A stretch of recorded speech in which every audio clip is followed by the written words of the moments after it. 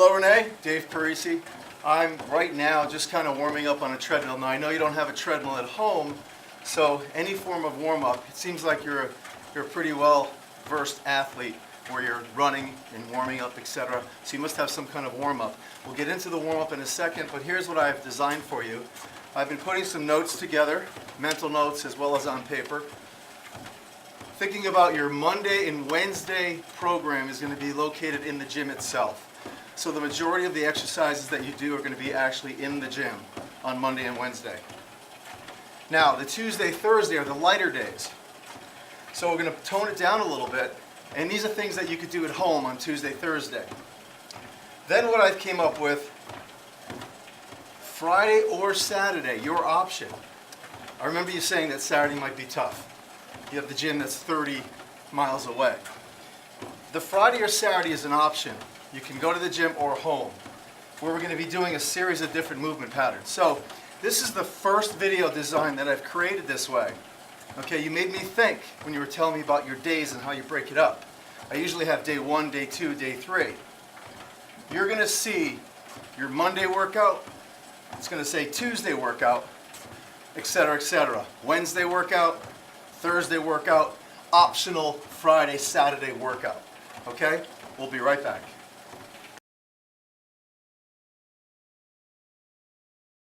Welcome and thank you so much for putting your trust in me. I am now your trainer for the next 90 days as you're watching this. So you're going to have some questions as time goes on, but I'm going to get right into it. I'm going to try to make this as simple as possible. I'm also going to try to educate you along the way. So we're going to look at this as more of a educational experience, something that you're going to hold on to the rest of your life. Okay, this is 25 years of research. So let's just assume you did your own workout, your own warm-up, I should say. You've increased intercore temperature. So it sounds to me like if you look at my feet, you know how to jump rope. I'm taking a guess. So if I was just to stand here and jump as if I'm jumping rope, notice that my knees don't bend too much. I'm just jumping up and down. That's all I'm doing. And if I add a rope to that, this is good enough. Okay, remember, you're a runner. You're outside. You're doing all kinds of sports, outside activities. You're getting that cardiovascular benefit. So it's not necessary that you actually use a rope, but I'm giving you the mechanics of the rope. I don't want you to jump any higher than the rope. So if you want to jump rope, I just want you to do this, just to warm up a little bit, because you're going to see a lot of jumping in this video. I truly believe in it. The research that was done about jumping in between sets, just to keep your heart rate elevated, intercore temperature elevated, etc. So we're just jumping rope. As soon as you warm up and you feel like you've increased your intercore temperature, immediately I want you to go do some stretches. Remember, your body's like a piece of plastic. If I take a piece of plastic and bend it, it'll go back to its original form. That means that was not beneficial if you just start stretching. Once I warm the piece of plastic, add some heat to it, take that plastic, bend it, it'll stay. So we elongate the plastic, and that's beneficial. Any flat bench in the gym, they're in front of the mirrors where the dumbbells are. Most gyms are set up the same way. Stand totally straight. Take one leg of your choice, put it straight out in front of you. Do not flex your toe towards you, because that'll shorten the calf and limit your range of motion on hip flexion during the hamstring stretch. What I'd like you to do is put your hands behind your back, keep your chest high, and flex forward. Okay, hold that. Now I feel a level of tension here in the hamstring. Here's the worst thing that you could do, Renee. Do not reach for your toe. Stay up, flex forward. Again, one foot straight out in front of you. Free your foot. Do not pull it towards you. We do not want to flex the spine or reach for the toe. That's spinal flexion. Okay, that's not hip flexion. Hip flexion is what we want to elongate the hamstring. Hands behind your back, flex forward from the hip, chest high, don't look up, keep your head neutral. Feel that level of tension in the hamstring, hold. What I'd like you to do is once you feel that tension, think of this leg as an arrow, a bow and arrow, and what I'm going to do is I'm going to shift this way and hold. Watch that again. Flex forward. Let your body adjust to the tightness. Take that arrow, shift this way, and hold. I'm still upright. Come down slowly. Switch. Flex forward from the hip. Feel that level of tightness. Take that arrow, shift, hold, and come on off. Now, in the gym, in the fitness center, you're going to see some type of incline bench. Get your incline bench. It's movable at every level. Just bring it up a little, nothing fancy. Approach the bench this way. My front foot forward, that's very key for your base or your foundation. I'm going to stand tall, grab my ankle, not my foot, and I'm just going to pull, and I'm going to actually stretch the hip flexor.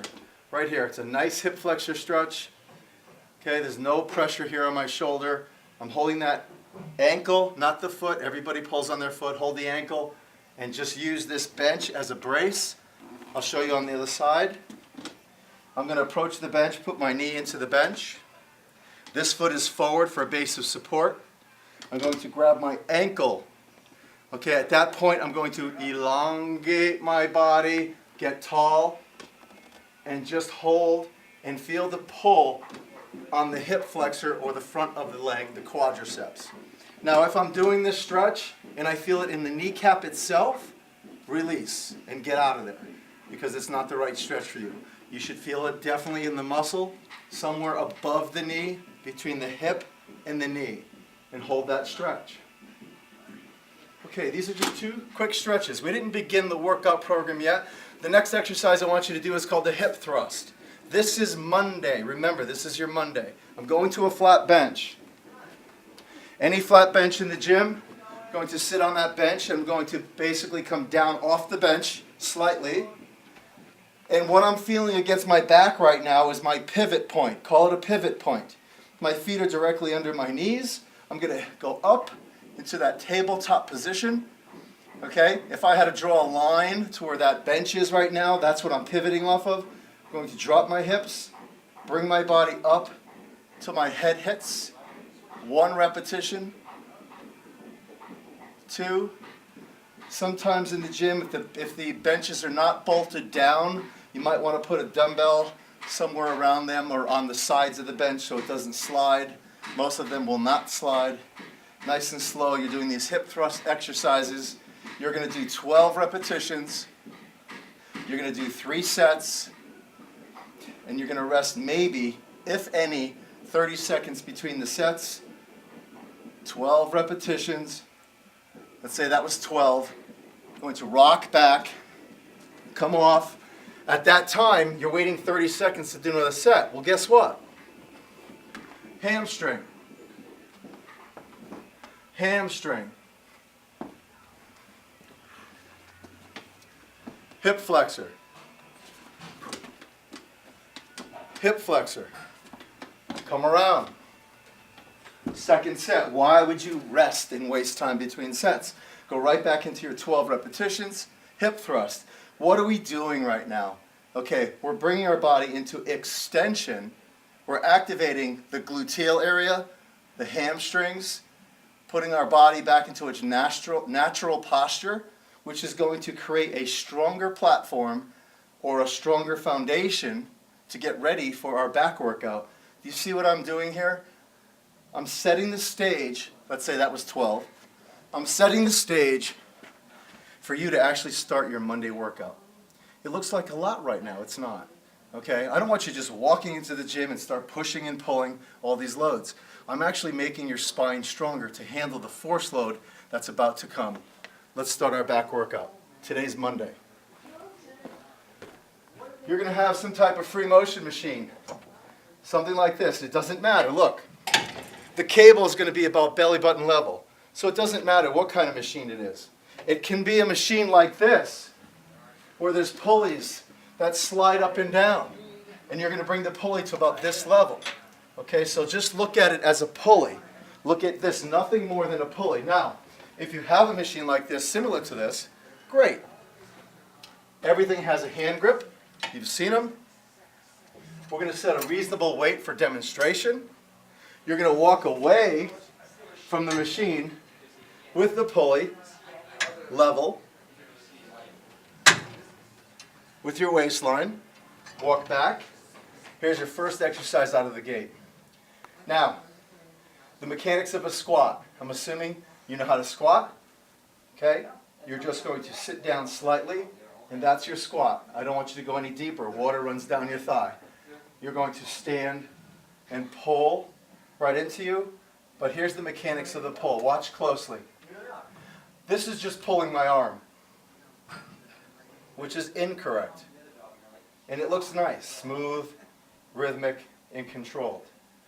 Okay, so if you saw this outside of this video, you'd think it was correct. Here's what I'd like you to do. I'd like you to draw your shoulder blade back. See that movement? Draw your shoulder blade back. Shoulder blade back. Drive your elbow down and back. Shoulder blade, down and back. Shoulder blade, down and back. Shoulder blade, down and back. Shoulder blade, down and back. Squat, shoulder blade, down and back, pull. 2. So I'm pulling from here, okay, not from here. I could do bicep pulls all day long. That's elbow flexion. You're working your back on a horizontal plane. The back works on 2 planes, horizontal and vertical. So you could call it a pull-up, you could call it a lat pull. This is a particular exercise is called a row by definition. And in a row situation, your body wants to draw your shoulder blade back first. Whether it's together or a single arm, it wants to draw the shoulder blades back first. Then it's asking for the elbow to follow. And the very last in line is the wrist joint, or the grip. So think of your hand as nothing more than a grip device, holding onto this handle, going along for the ride. Everything comes from here and here. You're going to do 4 sets, non-stop, pulley machine. Doesn't matter where you stand, by the way, the pulley moves with you. 4 sets non-stop, 12 repetitions, and it looks like this. 1, 2, 3, call it 12. As soon as you hit that magic number 12, you literally switch hands and go right into it. 1. This is your first exercise after the series of movements and warm-up that you just witnessed. 3. Call this 12. 12. Listen, that was 1 set on each side of 12 repetitions. Go right into your other side. 12 here. 12 here. 12 here. How fast, how slow? 1, 2, 3. 1, 2, 3. 1, 2, 3. 1, 2, 3. 1, 2, 3. 1, 2, 3. 1, 2, 3. 1, 2, 3. 1, 2, 3. 1, 2, 3. 12 and 12. 4 sets. 12, 12. That's 1 set. 12, 12, 2. 12, 12, 3. 12, 12, 4. 4 sets of 12. We'll be right back. We're back, and it's still Monday. Okay, we did a series of warm-ups. We then stretched our hamstrings, our quadriceps. We came over here, we set a pulley low. Or I went to another machine and just brought the pulley down so it was level with my belly button, my waistline, my belt line. And we did 4 sets of 12 on each side. And what we did is we incorporated a squat motion into it. Instead of just standing there and pulling, I want you to keep moving. I want to keep it kinetically engaged. So kinetically engaged is we're changing the resistance profile for you. I want to make sure that every single muscle in your body was engaged as you're going through these motion patterns or movement patterns. Okay, now we're setting the pulley high now, setting the bar high as well. A pulley high will work on a different fiber direction of the back. Again, remember we talked about vertical being high pulley and row being low pulley. So we take this pulley high. Again, I can't set your weights for you. I'm not too sure exactly how you're going to perform this exercise in regards to load. So you're going to have to pick a weight that you could do 10 to 12 times where you're kind of fatiguing on 10, but you're not sacrificing form. Here, the cable is an extension of my arm. Here's the worst thing that could happen. You're holding on to this. The weight stack is not touching right now. I walked back a little bit. That's the weight stack touching. I don't want this to happen. Right now it's pulling on my shoulder joint. This is neutral. Watch it from the other angle. This is incorrect. This is neutral. So, if I have a load that's going to pull because it's opposing forces, it's going to pull my shoulder joint.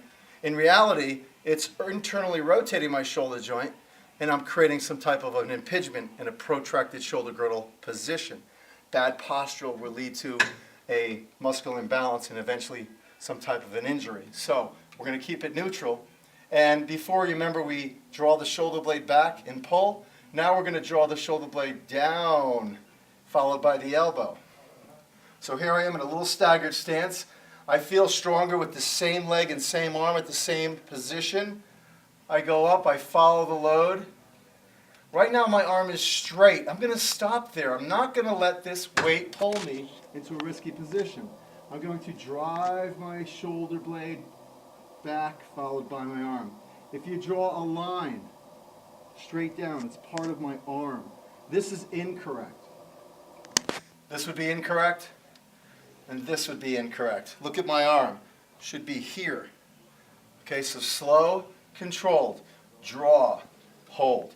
2, 3, 4, pause. 2, 3, 4, hold. 1, 2, 3, pause. 1, 2, 3, hold. Let's say I did 12. Immediately, switch hands, switch legs. 1, 2, 3, pause. 1, 2, 3, hold. 1, 2, 3, pause. This is the resistance profile for muscular hypertrophy. We're trying to build and lay down some lean tissue to increase your metabolism, increase your metabolic rate, and your body's ability to burn more calories at rest because we are increasing that muscle tissue. Okay? Then the opposite side. Draw. 2, 3, 4. So the cadence is 3 and 3. Hold. Hold. So if you notice, I'm going back and forth, just like I did the squat pull. I'm going 12, 12, 12, 12, 12, 12, 4 sets. It seems like a lot. Your back is the largest, there's over 208 muscles. So there's a lot of muscles that run on a diagonal, that do a vertical pull, and there's a lot of muscles that run on a horizontal or transverse plane that bring your shoulder blades together. You could call it retraction, where you're drawing your shoulder blades together like you're cracking an egg between your shoulder blades. Old school saying, but that's basically what you're doing. Here, you're driving it down. So we did another 4 sets on a vertical pull, and I'm keeping these things bilateral.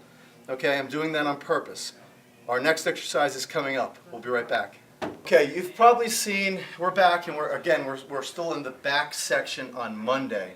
Okay, this is an easy day. I'm telling you right now, you'll finish this workout in about a half hour, and as long as you're not talking to your friends. Listen, this is a regular S-hook or a device where you could purchase this at Home Depot. These hooks are about $3, $4. And all I did is buy any rope. I bought a rope at Home Depot. This entire, right here, cost me 20 bucks. Everything. I have a little piece of plastic PVC pipe that has a hole in it that I shoved the rope through and tied a knot. I'm showing you this because a lot of gyms have those short ropes, and you cannot do this exercise with a short rope. Now, some of the more advanced gyms have ropes that look like this. Not the black ones. The black ones are short. These are actually longer. I happen to tie a knot in this one. I shouldn't have, but I happen to because we do a different exercise with it. You could probably get away with this if it works. The problem with these short ropes for the next exercise is when you pull, you don't have the ability to retract. Everything's stuck. So you're bending your elbows and you're trying to get everything back. It's very cumbersome. It doesn't follow the planes or the paths of motion of what the joint wants to do under load. So that's why I'm begging you to go out and buy a piece of rope, okay? And the way you measure this is you just go from the top of your shoulder to your fingertip, okay? Double that. So you have one on the other side. From the top of your shoulder to your middle finger, whatever that length may be, double it, put a hook on it. Listen, you could just tie knots. You'd be fine. I just like the grips, and I like the color, so. Okay, I can do it in the dark, know what I'm doing. So I hold on to this right here. My arms are straight. You could take this with you to the gym. If the gym has long ropes, you're all set. This is one that is a must, okay? You're starting here. I'm not too far from the pulley. I want to keep it vertical. The more I walk away, the more the load comes down. I want to make sure that I stay close to the pulley as possible, as long as the weights are not hitting. Notice my arms, notice my body position. What if I was to ask you to play golf or tennis? You'd be here, you'd address the ball. You'd be here with your tennis racket. It's called an athletic stance or a waiting or athletic position. So you're in that athletic position or that ready position. You're going to keep your arms straight as possible, act as if you don't even have an elbow. You're driving your arms into the ground, keeping that chest high. When you reach your hips, you're going to have the ability to draw your shoulder blades back. This is incorrect. This is correct.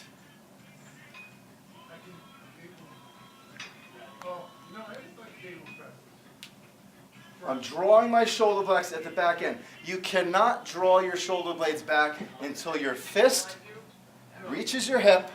Now that you have the ability to row. Believe it or not, this is a straight arm row. Okay, you're seeing it differently.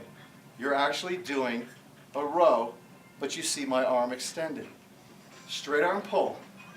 The rope gives me the ability to work in a free range of motion, the way my joints were dictated to move, or not dictated with the short rope. So, nice and easy. Go through the motion, slow, pause, pull, retract. Slow, pause, pull, retract. Slow, pause, pull, retract. This one you're going to do 3 sets of 10. Okay, now in between sets, here's what I want you to do. As soon as you get done with that, literally, I put the rope down, I get on the ground immediately, and I hold this position. If you cannot hold this position, drop your knees. I'm still straight. This is incorrect. Okay? That's incorrect. This is correct. I want to be in that straight line. Look how subtle that is. Look how subtle that is. I just drop the knee. I don't move the hips. If you can hold this, fine. Hold this position. Stay in that perfect plank. And you're going to hold that for 10 seconds. 1, 1,000, 2, 1,000, 3, 1,000, 4, 1,000, 5, 1,000, and that's it. 10 seconds. You're going to come right back over here. Now, you're at a gym. It's a public place. It's busy. So I would suggest to stay right here. Maybe there's a yoga mat, something, if you don't feel comfortable putting your hands right on the floor. But the bottom line, as soon as you put this rope down, go right to the floor and hold that position. I grab the rope again. I'm on my second set. Draw. Retract. Draw. Retract. This is incorrect. This is incorrect. Straight pipes, straight arm. As soon as I drop it, hold this plank position. 1, 2, 3, 4, 5, 6, 7, 8, 9, 10. Can't hold the plank? Just drop the knees. 2, 3, 4, 5, 6, 7, 8, 9, 10. That's it. 3 sets. We'll be right back. Here's what we're going to do. Let's assume that you have a machine like this, right here. This free motion machine with the pulleys. And the pulleys are adjustable up and down. Now, if you have this machine, I'd like you to bring both pulleys up. Now, I didn't want you sitting on the floor. I'm going to be honest with you. 9 times out of 10, I do this filming on the floor. So, if there is no bench that you could move in front of the machine, then obviously you have to sit on the floor. So, 2 options. When you do this exercise, we're going to guess and hit appropriate weight with you. I want you to hold on to the 2 hand grips. These pulleys are all the way in on the rotation side. All the way in. They don't go any further. What I meant by that is these two pulleys are as close as they possibly can be. Now I'm going to hold these weights, and I'm going to slowly get in position and lower myself to the ground slowly. My knees are bent. I'm sitting as tall as possible. I'm going to draw my shoulder blades down. Nothing changes in the case of resistance profile or biomechanics. I don't change A vertical pull is a vertical pull. You were doing this standing single arm. You're just seeing me seated. There's no difference. Just giving you a little variety. Now you have the option of doing it like this. Notice the load line going through my arm. This is incorrect. Out here is incorrect. Pretending it's a straight bar is incorrect. Driving down and holding is correct. Driving down and bringing my arms down this way is incorrect. When I do this exercise, everything stays in one range of motion. That load line is the same. If I had the option of bringing a bench over, we're only doing 3 sets of 10 of the next series. I'm going to let you pick which one. I would just sit on the bench in front of it and do the same exercise. My chest is high. I'm sitting tall. 1, 2, 3, pause. 1, 2, 3, straight arm. 1, 2, 3, pause. 1, 2, 3, straight arm. 1, 2, 3, pause. 1, 2, 3. Now that's the pulley option. I'm giving you options. Option 1, ready? Option 2. This doesn't mean you're doing option 2. Look at this bar. This is your basic lat pull station. There's a pulley over your head. There's a bench. There's roller pads. Okay, be a visionary. It's not this old school. You have updated equipment. This is very old. This stuff is 20 years old, but it works like a charm. All right, now you have the circle bar here. Maybe it's just a bar that's this short and has a hand grip in the middle of it. Maybe these don't rotate. It's okay. Anything with this grip. Here's what I mean. Look at the way my hands are positioned. That's the exact position you were just in with the cables. Only now I'm fixed to a bar. This is an anatomy chart. Follow me. I flex, I flex, I turn, I grab. That's my position. Pull. If I was to do a pull-up, I'd pull. I wouldn't do this. Okay, that's old school and ridiculous. That's also external rotation. Get away from those straight bars, externally rotated and pull. The only reason we do those is because the way the manufacturer made the bar and did not did their homework on the anatomical position of what the wrist, elbow, and shoulder joint do, okay, have a relationship with the latissimus on a diagonal aspect, how that lat wants to depress the shoulder blades. It doesn't want to go through shoulder impingement, which is over here. Okay, follow me. You could pull here. Let's just assume you have this kind of grip. You get in your machine. Sit back as far as you possibly can in the bench so the pulley is in front of you, not underneath you. And do the same motion. Draw the shoulder blades down, followed by the elbow. Hold. Do you notice how I'm not pulling the bar to my chest? This is incorrect. So wrong. Look at my elbow going back. Now it's in line with the cable. That's called opposition or load lines. I want to make sure I stay in line with the fiber direction of what it wants to do. The shoulder blade wants to depress. Shoulder blade depresses, followed by my elbows, hold. You might notice that the bar never goes below your chin. Shoulder blades, elbows, hold. Now, let's just say that you don't have a bar like this. Let's say there is a straight bar in the room. Okay, now your straight bars might not look like this. Your straight bar might have a little bend here where it comes across and bends and they grab the end. Here's what I want you to do.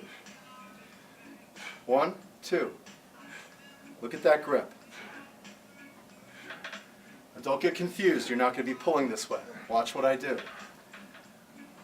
I take a medium grip.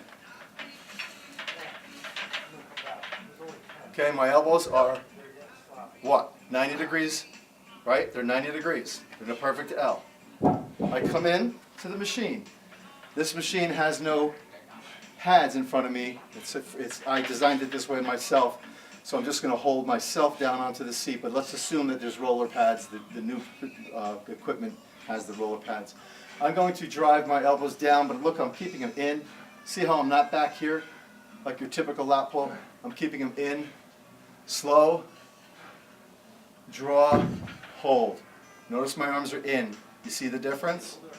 Versus being externally rotated. I'm giving you the worst case scenario right now. This is the worst case scenario. Slow, controlled, hold. Slow, controlled, shoulder blades, elbows, hold. I'm giving you the worst case scenario. You don't have those bars that are closer. You use a straight bar, but when you grab the straight bar, you don't grab out here. Everything is inside. So from the side, this would be incorrect. From the side, this would be correct. Okay? Just a slight inward rotation. And that's the worst case scenario. I'm hoping you have something like this. Something that gives you the ability at your gym. Something that gives you the ability to have your hands in this position.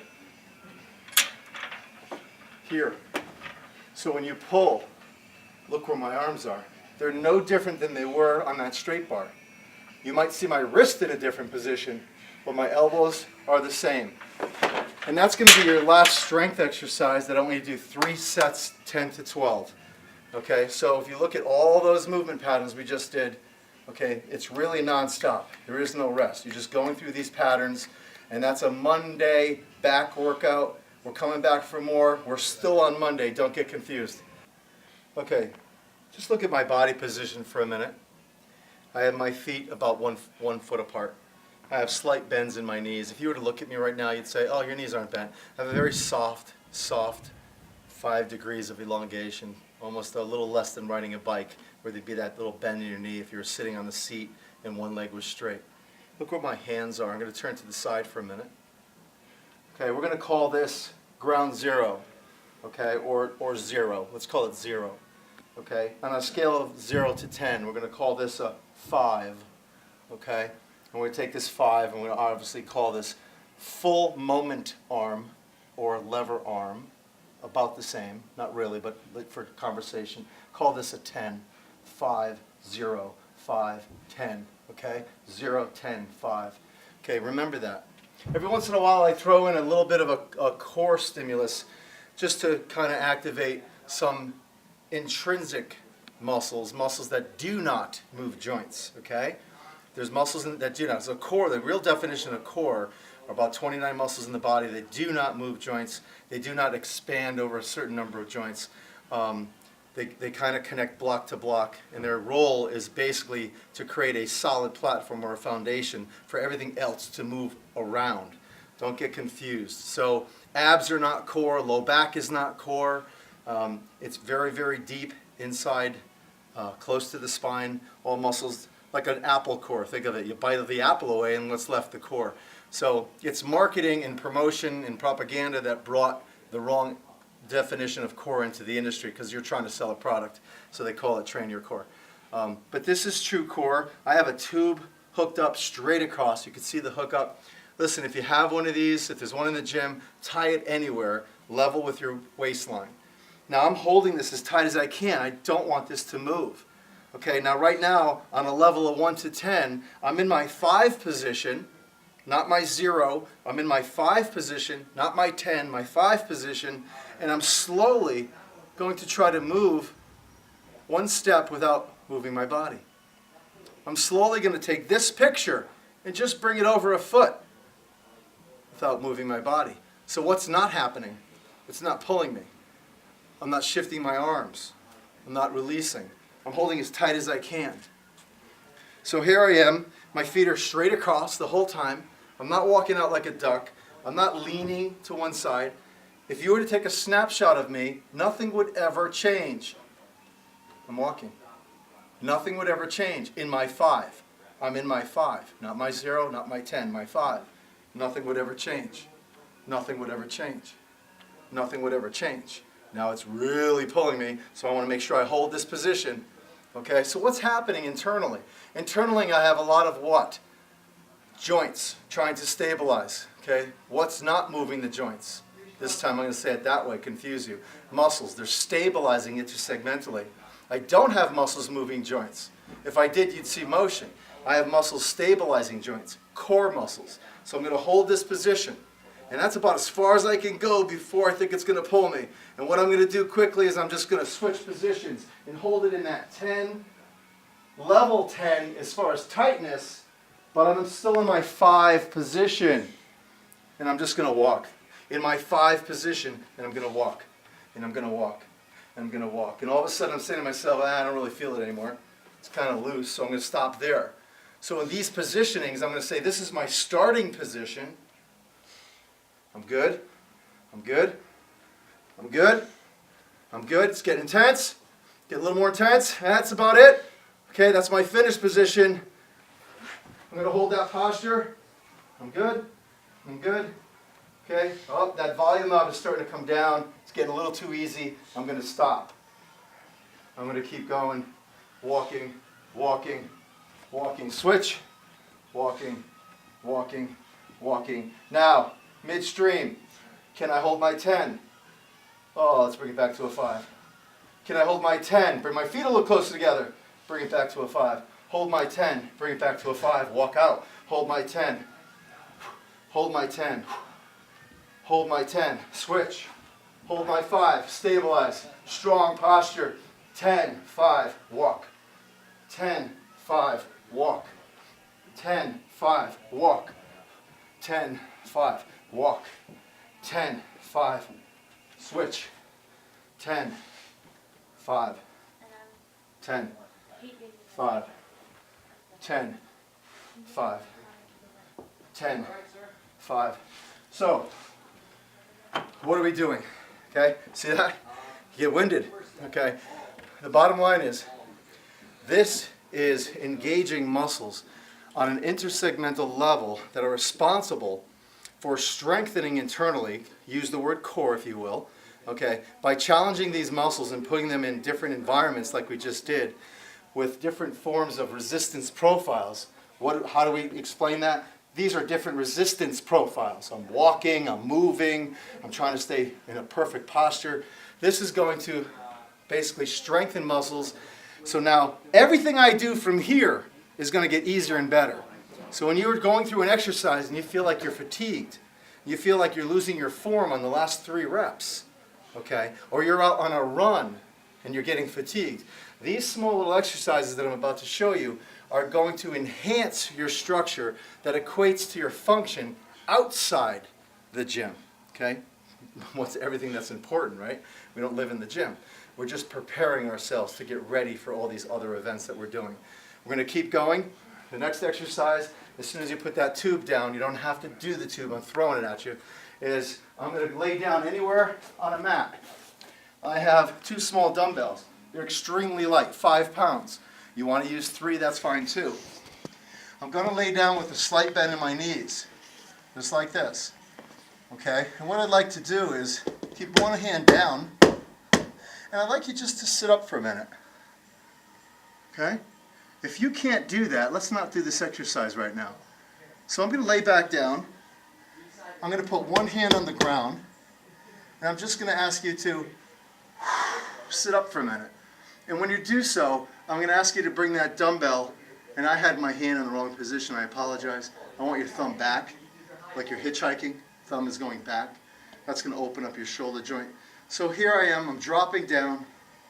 Look at the bend in my knees, no more than that. And I'm just going to ask you to push the dumbbell to the ceiling, lift the chest, and just sit up. And just sit up. But don't call this a sit-up, because it's not. I just want you to lift. And just lift. I just switched hands. And lift. And lift. And lift. And lift. And lift. And lift. And as soon as you get done, let's say you did 5 on each side, 6 on each side, it doesn't matter. Listen, you did 1 on each side, okay? If you did more, that's great, because the next time you work out, you're going to do 2 on each side, 3 on each side, until you could get up to 10 on each side. As soon as you finish, feet under your knees, hands along your side. Go right into a bridge. Hold the bridge. Do 10, 9, slow, 8. Now, the pressure is not on my toes. Stay through your ankle and just do these bridges, slow and strict. Head stays flat. You're just lifting your hips. Hold the position. Drop. Turn to the side. And come right up. You're going to do 2 sets of those. Think about it. If you had the tube, you did your tube exercise. Remember, there's no rest between this. As soon as you drop that tube, and you're probably asking, how many times do I walk back and forth? Okay, so let's say you walk out and walk back with the tube exercise. I should have said that to you. At least 4 times where you're walking out, walking back, playing with different forms of resistance profiles, 10, 5, etc.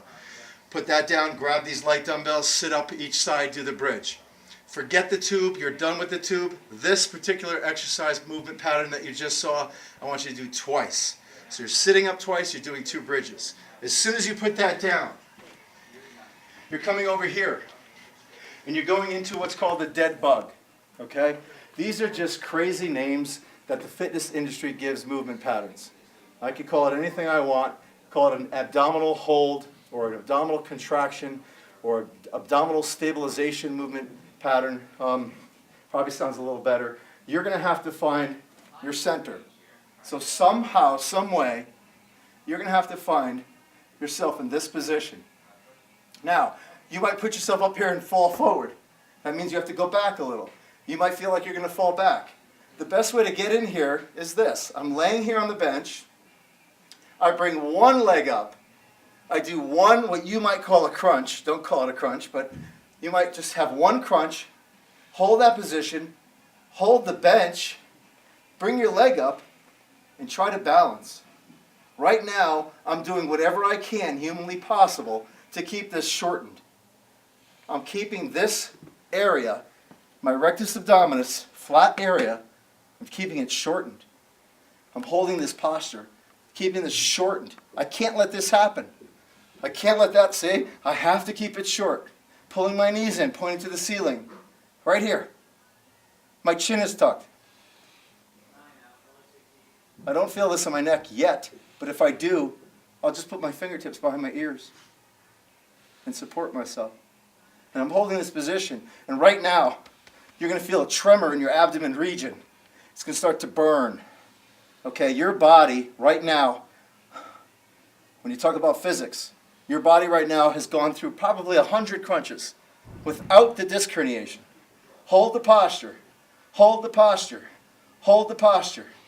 To come out, drop a leg, and rock forward. Now, I showed you the easy version of this. If that's fairly easy for you and you could get in there and hold that posture and you're trembling and this and that, then you could just do 3 sets. And between these sets, you're going to do the hip thrust. I'm not going to get off track for a minute. Between those sets, I would not be standing here right now. I'm explaining right now. You're going to do hip thrusts. But I want to show you other versions of this particular dead bug or stability hold for your abdomen region. If you're here and you find your center and you're playing balance and you got it and you're holding, now this is your easiest posture right here. Why? Look where my arms are. This is a little harder. This is even harder. This is even harder. Harder. Long levers. Harder. Long levers.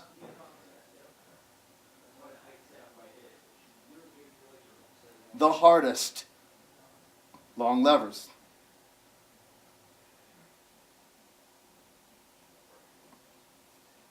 So, listen.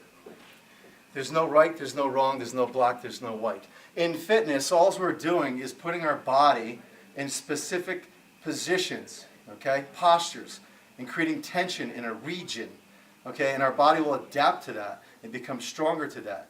So these are progressions, I started you in the easiest form, okay? And then I said to move your limbs. So follow that pattern, and it could be half of that. When I say lever arms, you could just move this much versus this much, and that would be your 10, which this much is my 10. Your body will adapt over time. Now, in between those dead bugs, let's take it right back to the beginning. This is the first time you balanced. Everything is cool. You're here. You just stayed here, and you held that posture, and you're trembling. And you're, oh my God, I can only hold it 5-10 seconds. You drop, get into position. You've done these before, and go right into your hip thrust. Right into your hip thrust. Right into your hip thrust. As soon as you finish your hip thrust, literally, rock, rock, rock, rock, rock. Dead bug. 10 seconds, 20 seconds, lever arms, whatever you did. Hold, hold, drop, hip thrust, hip thrust, hip thrust, rock, rock, dead bug. Okay, do you get it? Non-stop, 3 sets. Dead bug, hip thrust, dead bug, hip thrust, dead bug, hip thrust. Okay, that is day 1. No, scratch that. That is Monday. You're going to see Monday on your screen. That's your Monday workout at the gym. We're going to be right back. We're going to do Tuesday, very light workout. You're going to laugh at this, okay, but it's going to be very effective. We'll talk to you soon.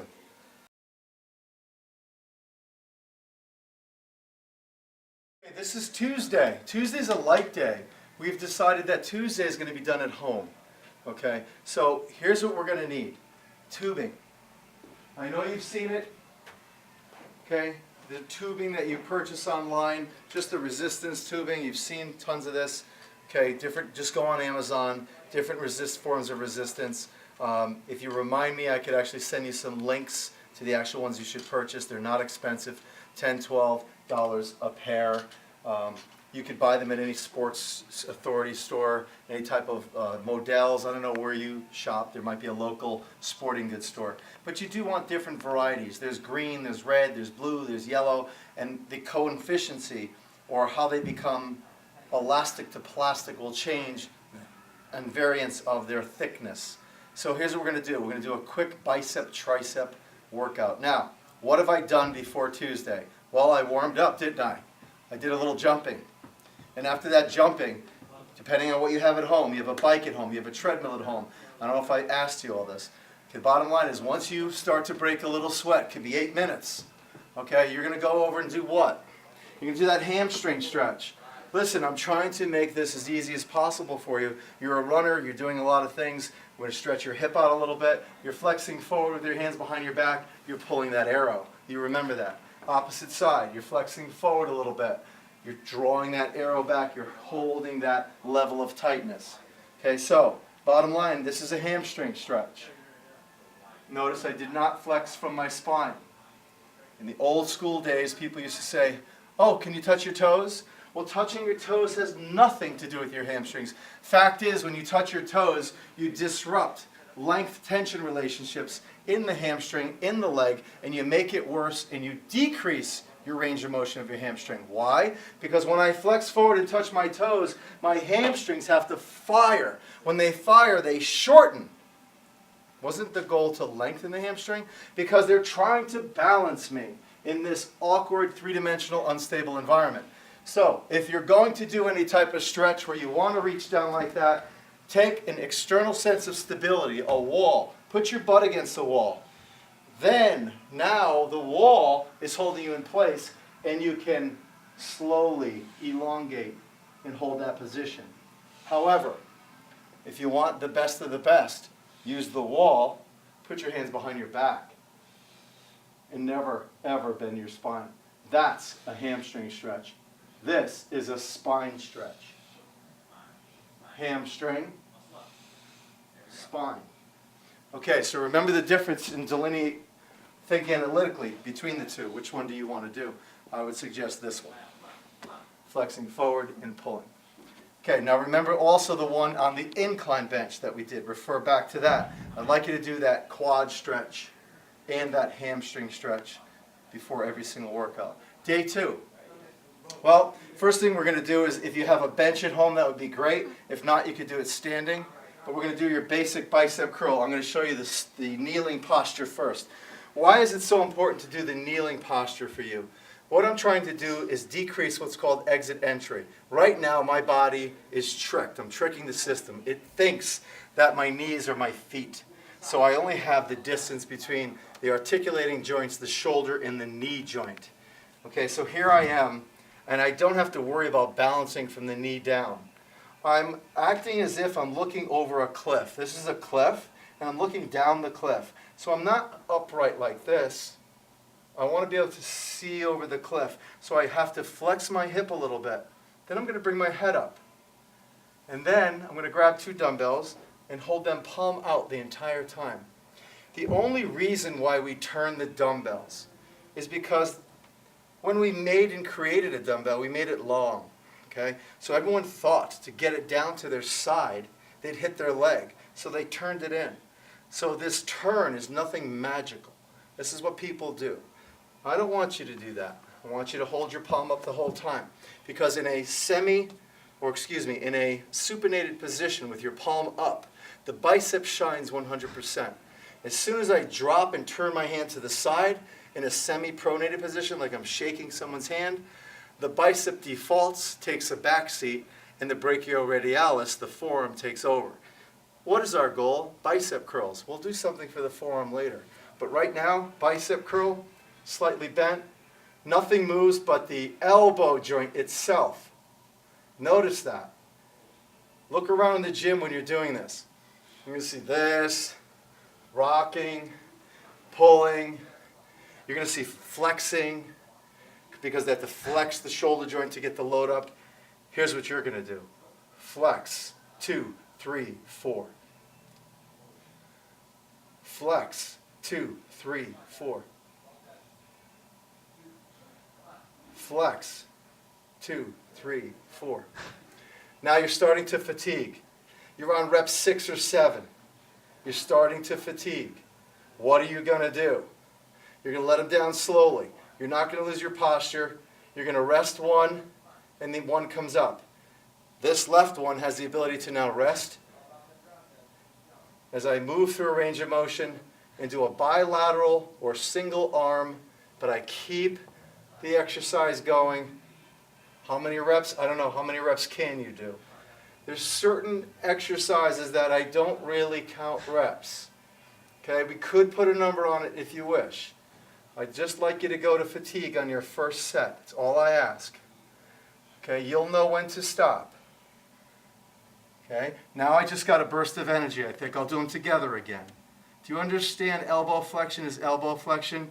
There's no right, there's no wrong, there's no black, there's no white. You're flexing the elbow, shortening the bicep, giving it enough stimulus during its eccentric contraction. There's your heaviest point right there.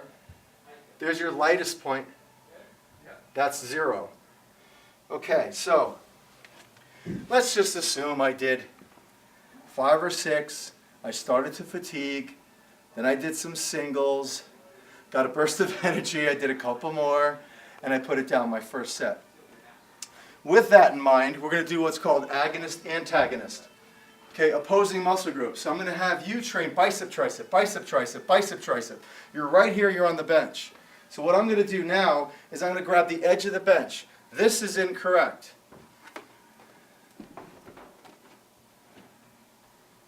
Posture's way off. My butt's in the air, I'm not in a plank position, and look at my wrist.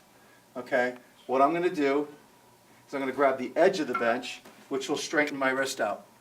I'm then going to get in that plank position. So instead of being here, flat-footed with my butt in the air, trying to do a press, I'm going to be in that perfect straight plank. Okay, now, I don't know your strength levels, so I'm going to start you at first grade. And here we go. Get in this position for me. Press yourself up. Remember, I didn't do this. This is a push-up. From the side at all times, you're going to look like this. From the side at all times. Your arms will never come out. This is triceps. Okay? Tricep extension. You're in this position. Press yourself up. Step 1. Now, get in this position. Look at the way my head is right now. Incorrect. Come up into a perfect posture. Press yourself up. Come down and rest. Press yourself up. If you feel strong in this position, here's what I want it to look like. 1, 2. Now, at home you might have a yoga block. If you don't, I would suggest to pick one up because they're only about $4. There's a place called Odd Lot, or some kind of a discount house. You see these everywhere. They're like $3, $4. Buy them online. They're $8. But the bottom line is, now we can use this and limit our range of motion or something. You could roll up a towel, a couple books. But the bottom line is, we could use this as a reference guide. Maybe you're really strong and your form is perfect in this range. Absolutely flawless. But when you go deeper than that, okay, that's when you kind of run into a problem and you're just not as effective or optimal. So we regress, and we're here. 1, 2, 3, 4, 5, 6, 7, 8, 9, 10. I come up. My 2 dumbbells were sitting there. I grab them. I go on the bench. I do my curls. There is no rest between these. 2, 3. Slow, controlled, rhythmic, under my active control. Going through these motions slowly, making it effective. I'm fatiguing.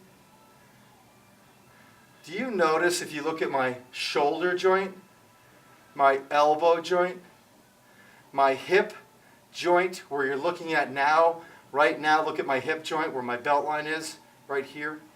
You notice nothing ever moves? I'm a statue, and the only thing you really see moving is my elbow joint. Okay, the bicep curl. I put them down. I go right into the position, block or no block. Straight, perfect form, bend the elbow. Here's incorrect. I'm bending from the shoulder blade. Look how ugly that is. Okay? I'm letting my shoulder blades collapse. I'm letting my back sway. I'm looking up.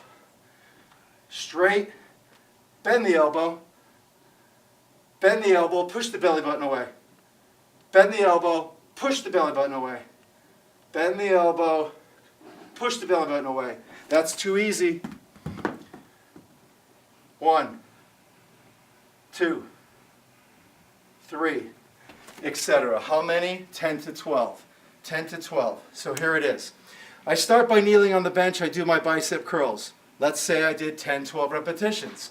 I put those down. I immediately grab the bench on the edge of the bench, and I do my 10 to 12 presses. But guess what? Maybe I got 6. So I immediately stop, and I go back, and I do 10 to 12 bicep curls, and another 6 tricep. Remember, no right or wrong. Progression. You will be doing 10 to 12 30 days from now. Maybe you're doing 10 to 12 day 1. I don't know your strength levels. So we're going to do that 4 times. Bicep, tricep, bicep, tricep, bicep, tricep, bicep, tricep, 4 times. Now, when we get done with that, we're going to regress a little bit. Look at the floor for a minute. In front of me, I have a red tube with an anchor point. Picture anything you could throw this around. Doesn't matter. Something low to the ground. I have a red tube and a green tube. The green tube is directly underneath me. 2 hand grips, I put them together. The green tube is directly underneath me. So that's in basically direct opposition of my pull. The red tube is coming out in front of me, which is in direct opposition at my end range, my high point. Now, do you remember, if you just rewind back a little bit in this video, I said that the dumbbell high was easy. This is mid-range, your hardest, and then that was 0. Look what I did with the red tube. I changed the direction of resistance Very cool. So as I come up into my bicep curl, there's a role reversal. At the top end, the red tube takes over. And it's giving me proper opposition. So this is as close as we can get to the dumbbell. Is it as effective as the dumbbell? No way. Is it as effective? No, it is not. Is it beneficial? Extremely. Especially the way we set this up. Okay? So you're getting a little bit of magical education right here on how we set up the line or the load of resistance. We have determined the resistance profile of how a tube should be set up. You're not going to see this in textbooks, and you're not going to see this in YouTube. Okay, so we have done the research and shows that at this end, that red tube being bigger, stronger, more pull, is giving me the resistance I need at the top end where a dumbbell does not. So here I am going through the exercise. 1, if I could stand closer, 2, and you're going to do this exercise, 3, slow and controlled, 4, you're starting to fatigue, what do? Single, single, single, single, single, together, together, hold, 2, 3, 4, 5, 6, 7, 8, 9, 10. You just decided to hold. I didn't tell you to do that. You decided to hold mid-range. That's how a workout becomes creative. Okay, you feel good, you're going through the motions, and you want to just add that extra strength segment to your repetition range. So what I did now is I set up the tubing. That's one exercise. You've already finished the other stuff. You're going to go right to a mat. Right to the floor. Extremely limited. Watch this. This is a tricep move. Overall power, strength, and also core. This is a straight arm plank. You did this in the beginning with your back workout. And I told you to very gingerly, I did it for a reason, just drop your knees. Now I'm here. And I press off my knees. And I press off my knees. This is incorrect.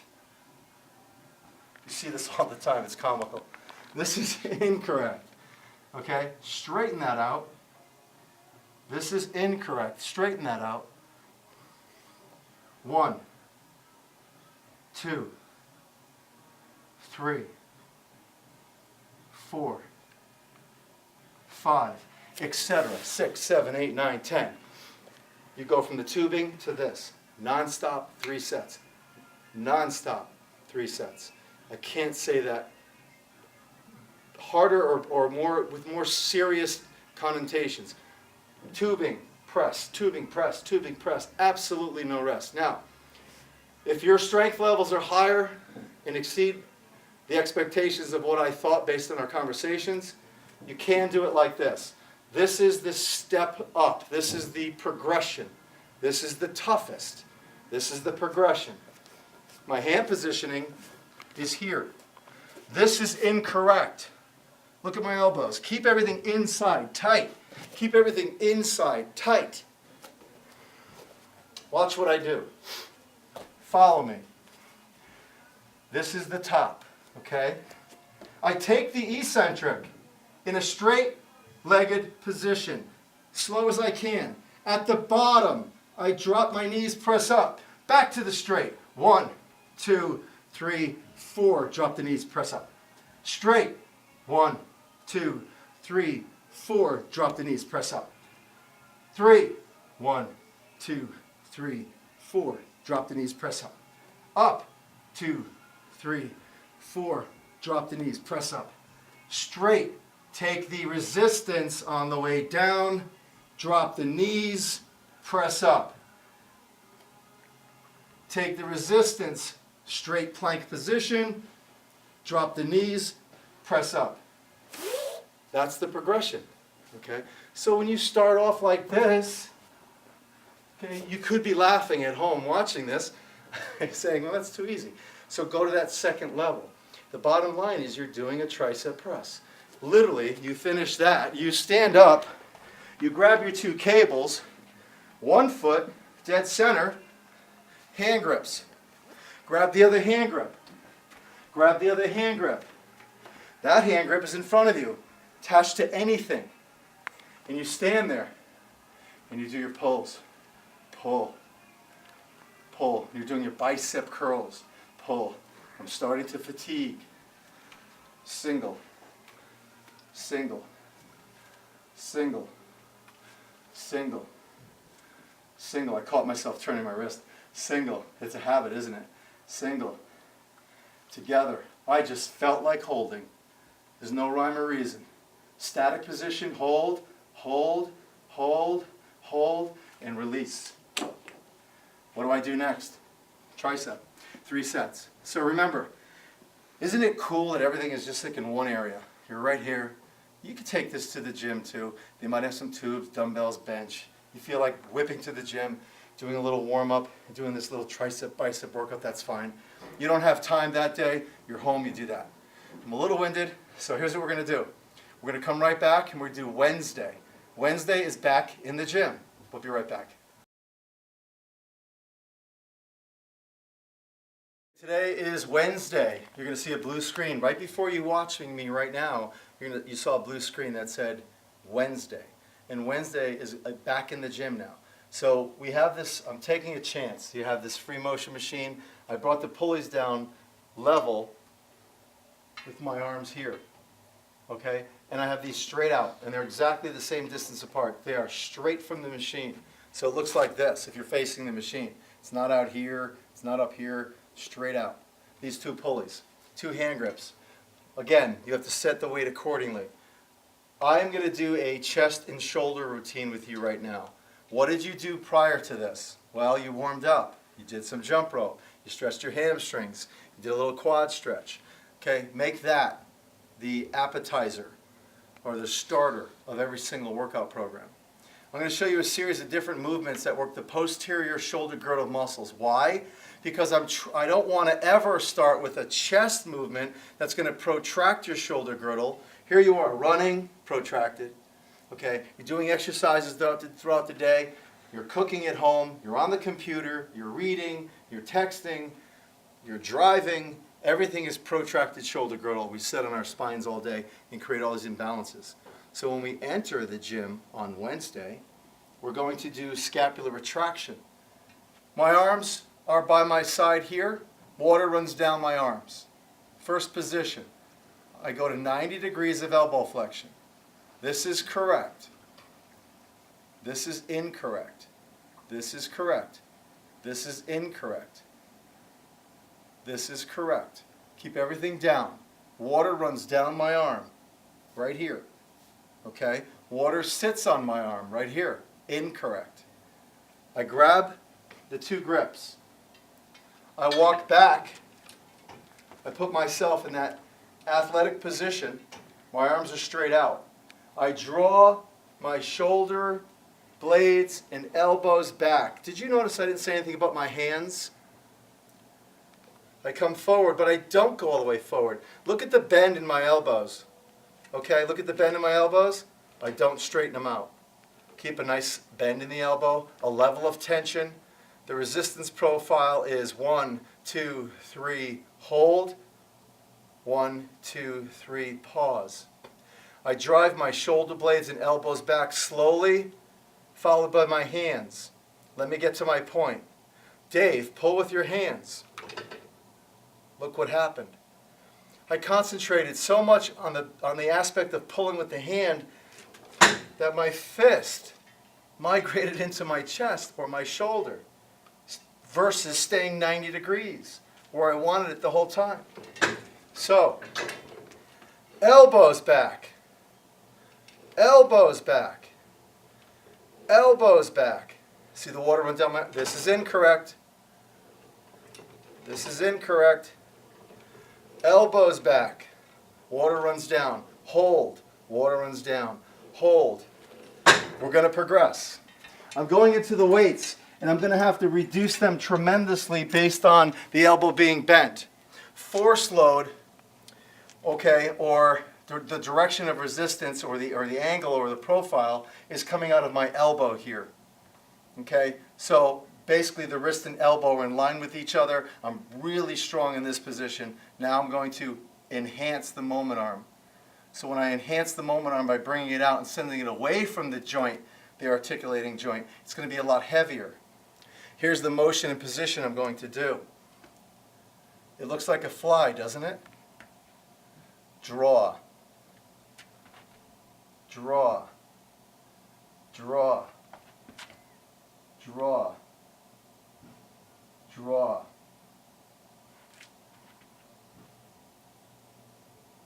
Notice my hands don't go close together because I don't want to go into a risky position and I don't want to lose the resistance. My starting position is here. Now, look at my hand position. It's not here, typical. Typical, like I'm doing a fly, I'm holding it. I'm going to be a little inverted V. Watch what I do with my hands. I'm going to angle them. See that? I'm standing here. I don't let this go forward. I don't let these cross. I start in an open position. I draw my shoulder blades back and I hold. Slow. So picture my body right now standing in the center of a wooden table. I cut a hole in the table as if my torso is the umbrella. I'm standing in the center of the table. I cut a hole, and here's the tabletop all around me. Okay, the tabletop is all around me. And I put my arms on the tabletop, and I slide them back. And I come forward. And I slide them back. And I come forward. Okay, picture that position, or that motion, with the long lever arm. I slide them back on the tabletop, I come forward. Slide them back, I come forward. Now, if they have this machine, here's how you're going to do it. You're going to go back as far as you possibly can, or the environment allows you. I could go back a lot further. Unfortunately, I have this pole behind me. You're going to do 2 reps. 1, 2, walk forward. 1 inch. 1, 2, walk forward. Couple inches. 1, 2, walk forward. I'm starting to fatigue. 1, 2, hold the position, walk all the way in close to the pulleys, hold the position, and release. When you first approach this machine, I told you to do it in a bent arm fashion, your strongest position. Your arms were 90 degrees of elbow flexion, and you pulled along that shelf. You did a set of 10, let's say. You immediately went over to the machine, you took the weight down a little bit. You took it to the next level and you tried to progress. Maybe you did or you did not engage with that. Maybe you didn't want to do this wide one. Maybe you felt a shoulder pain in the wide motion. I'm giving you 2 options. Okay, 2 options. You can do it this way, the entire 4 sets if you wish. You could do it this way, the entire 4 sets. I'm giving the option. In a perfect world, the best thing you could do, set here, a set here, a set here, and a set here. So you go, call this short lever, long lever, short lever, long lever, short lever, long lever. 4 sets. Now, I want you to stick with just these 4 sets.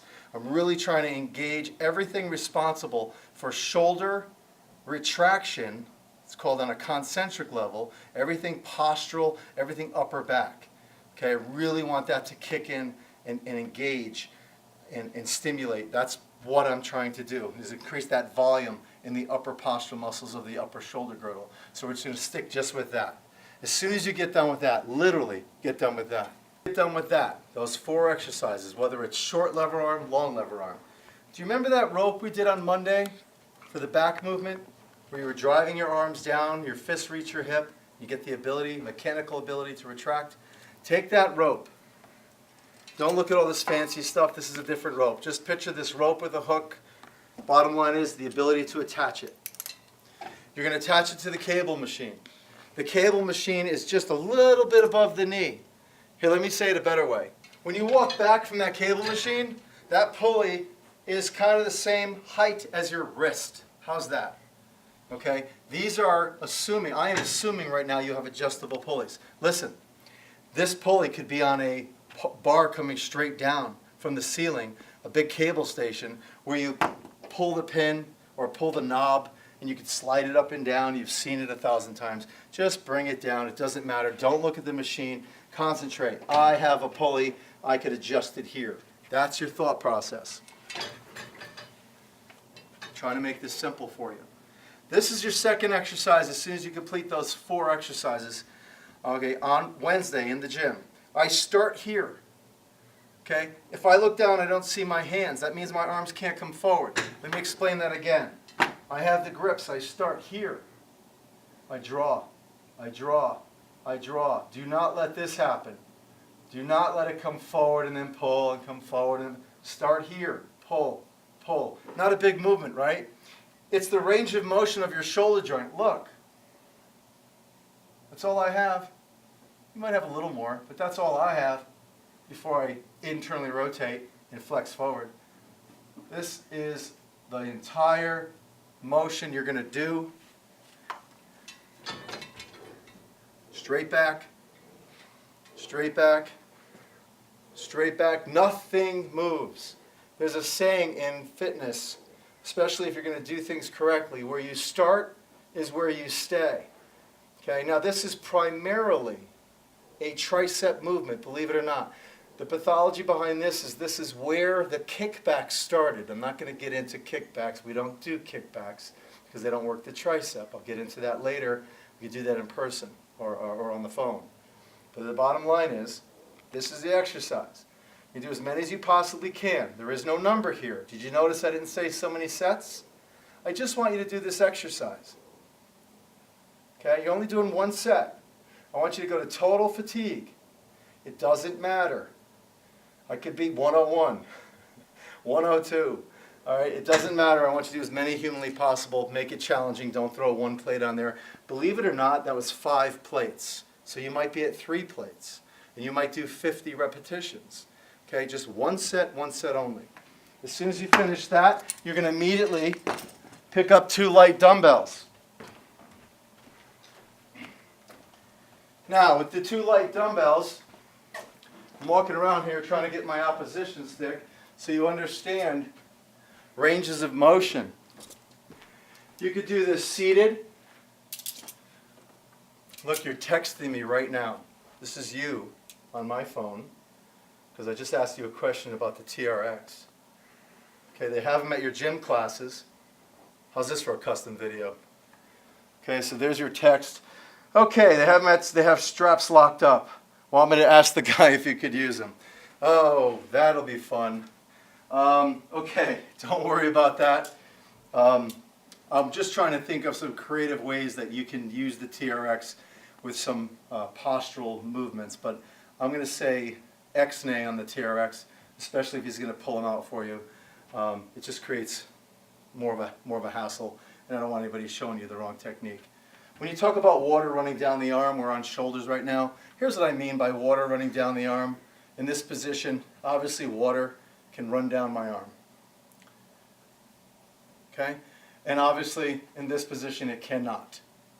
So when we talk about shoulder impingement, or when the 2 joints, when you have 2 bony structures with a soft structure in between, who wins? All right? The 2 bony structures. When we do a side raise, we have to end up in this position. Okay? We can't be here. Now I know for a fact, I'll bet my livelihood on this, that when you go to the gym on Monday and Wednesdays, you're going to see this. Okay? All this, and you're going to see this. And it's comical. Maybe not to you, but it's comical. Trust me. So what I'd like to see you do is put a slight bend in your elbows, number 1. The second thing I'd like to see you do is get these dumbbells away from your side. Okay? Put a nice space between your bicep and your side. And hold this posture. And hold that athletic posture. And what I want you to see is I want you to start to lift your elbows away. Did you notice how I said lift your elbows? If I lift the dumbbell, look what happens. My elbow drops. If I lift my elbow, look what happens. There's a string coming out of the ceiling, pulling my elbow up. There's a string coming out of the ceiling, pulling my elbow up from here. This is just an extension off my extremity, so don't think about the dumbbell. Now, hand positioning. There's a lot to go over here. I get it. Bear with me. Hand positioning from the side. No. Yes. Very slight, so subtle. It's sitting on a shelf. I'm taking just the front of the dumbbell off the shelf a little. So there it is. I'm going to look at myself in the mirror to get perfect posture for you. Slow, controlled, pause. Look at that.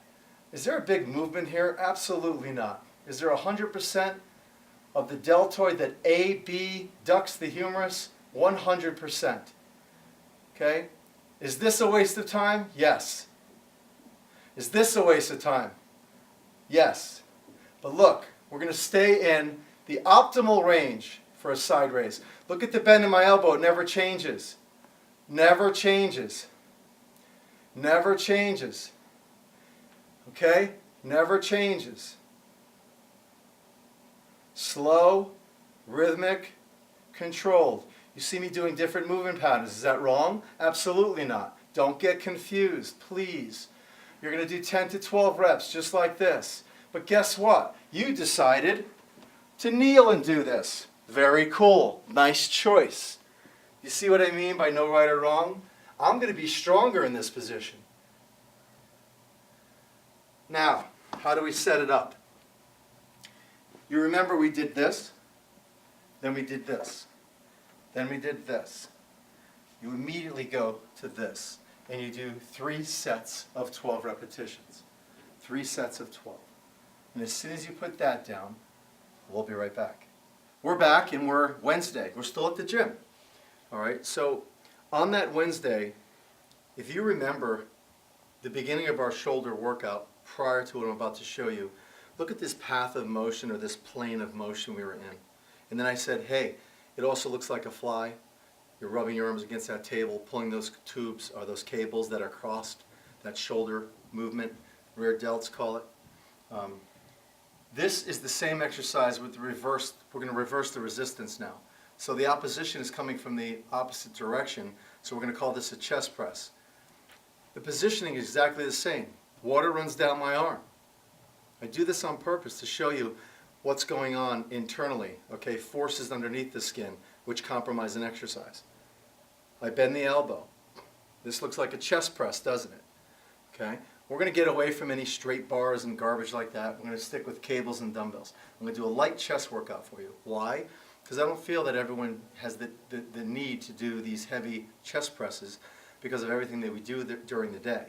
I'd rather you have an amazing back, amazing shoulders, amazing arms, amazing butt, amazing legs, okay, and you're happy, okay, versus being all protracted. You've seen the women that stand and their shoulders are all rounded forward. We don't want that. We don't want that happening to you, especially if you're an athlete.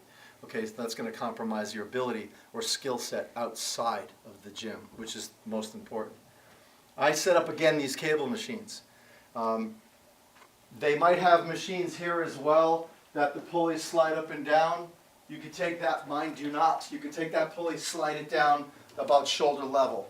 Take the pulley, slide it down shoulder level. And you could do that same exercise. However, I am taking such a chance with you saying that you have something like this. By the way, it doesn't have to be made by Free Motion.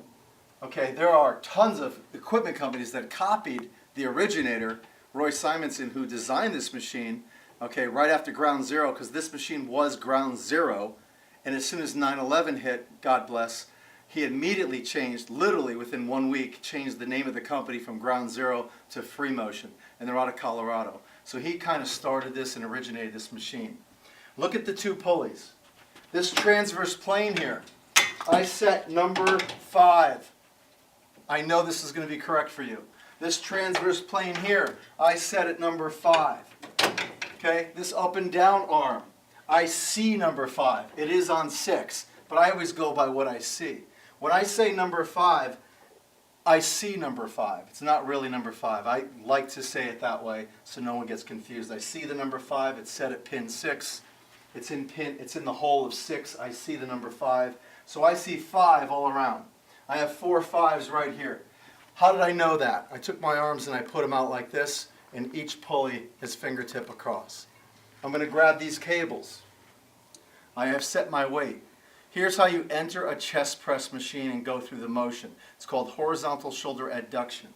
I take it to a sling. Okay, this is the safest position in the human body. It's no matter what I do with this weight, I will never get hurt. It cannot pull on me.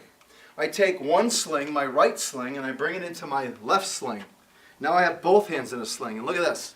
All day long, I can rock back and forth. I will not get hurt, and there is no load. Now what I'm going to do is I'm going to slowly push this downward across my body. Look, there's no load here. It's amazing. When you feel this, you're going to laugh. I hold my hands together, and I just slide my hands down my leg like this. There's nothing going on, and then I lift. Okay? Now watch. I bring it back into a sling. I'm done. I enter the machine. I set it at 5. I set it at 5. I set it at 5. I set it at 5. I set my weights. Okay, very lightweight for me. I have number 13. Okay, you might be at number 7, number 8, number 6. I take the weight, which is 130 pounds. I bring it into a sling. I walk it over into my other sling. Here we go. You never get hurt. I put 1 foot forward and 1 foot back, my stability leg. I still don't feel anything pulling. Why? Because I'm in direct opposition. Look how I'm loaded. There's nothing going on. I'm just swinging back and forth. I do this for a reason. I don't want you to get hurt. Okay? Now, I just slide this down along my leg and bring it up. Now I better be strong. I'm in direct opposition. The cable, watch this, is part of my arm, my shoulder. The cable, again, there's that rotation, is part of my shoulder. It's not up, it's not down. Straight across. I'm leaning forward slightly. Show me from the side. Positioning. You want to be like this? That's cool. I'm happy. You want to be like this? That's fine. What leg do you want forward? Ask yourself. Guess what? You're going to know as soon as you do it. Okay? So, here I am. I slowly come back. Pause. Why do I pause? There's a brick wall behind me. I can't go any further. That's excessive range of motion on the shoulder joint or the glenohumeral joint. I press forward till my arms are straight. Slow. 2, 3, 4. Pause. 2, 3, 4. Hold. Slow. 2, 3, 4. Pause. 2, 3, 4. Pause. Now, maybe I switch. Bottom line is 1, 2. I go to midline every time. Midline, straighten that arm out. Midline, straighten that arm out. Last rep, I'm fatigued. Look, sling. 1, 2. Can't get hurt. You can never get hurt in a sling position. Doc, my arm hurts. Well, they put you in a sling. And there's a reason for that. Okay? So we're always going to be in our closed pack position. That's what it's called, a closed pack, a sling. Again, how many sets? You're going to do 3 sets of 12 repetitions. 3 sets of 12. You're coming in here. You're grabbing it in a sling. You're grabbing it in a sling. Sliding your arms down. Bringing it across. 1 foot forward, 1 foot back. Stabilize. Slow. Press. Slow. Press. Slow. Press. Slow. Press. What do I do between sets? Anywhere in the gym, have a tube. Bring a tube with you. Please bring a tube with you. Bring a tube with you. Put it in a gym bag. Roll it up. Put it around your waist. Okay, tie a knot. It's a nice belt. Okay, you're there for a reason. You're working. Okay. What I want you to do between sets, you just did a chest set here on the cable machine. You could also stay close to the machine if you want, but if you have the availability, I want you to have a tube nearby, and I want you just to do a quick set of those rear delts. Remember, we did them in the beginning? Here's all I want you to do. Nice and easy. Pull back. Pull back. Pull back. Pull back. So here you are, you're in the gym. You have this light tube, very light. Don't think of it as a workout. You did your chest press. You take this tube off. You tie it somewhere to the machine. You're standing there. Keep your hands apart. Don't let them come together. Keep your hands apart. Keep your hands apart. Keep your hands apart. And you're just drawing your shoulder blades back. Drawing your shoulder blades back. If you have anything wider that you could put it around, I'm just thinking out loud here. Anything wider, you could put it around. If there's a machine nearby that you could put it around that's wider, and what I mean by that is anything that has a wider base. This has a wider base. Maybe there's a pin select machine here and something around the base where you can get it wider. So it's maybe this far apart when you're pulling rather than this far apart when you're pulling, if you understand that. Okay, I just want you to do a quick 10 repetitions with the tube in that position. As soon as you put the tube down, obviously you know what to do. You grab it in your sling position, you come out in front, and you do your presses. 3 sets. So, cable tube, cable tube, cable tube, cable tube, done. As soon as you put that down, you're going to the free weight area where there's dumbbells. Now, you're at the gym, so there are benches. And having a bench available for you is great. So you're going to basically take these 2 dumbbells of your choice. You're going to do 3 sets of 10 to 12, excuse me. You're going to have the dumbbells on the bench. And here's how you're going to approach it. You're going to be here. Okay, I don't want you picking these up off the floor. I want you to take them from the dumbbell rack and put them onto the bench. I don't know the kind of dumbbells they have there, but I'm assuming they're flat. They're not pretty silver bells like these. I don't think they're hex, but the bottom line is you can put them on the bench like this. You tip them, you turn. Now, you're standing in this position. You're going to put 1 on each knee, and as they're above your knees, you're sitting down. I will do this with 120 pounds. There's no load. It's the same analogy of sliding the hand grips down your thigh, getting ready for the chest press. Look, there's no load. I put them here. I sit down. There's no load coming down.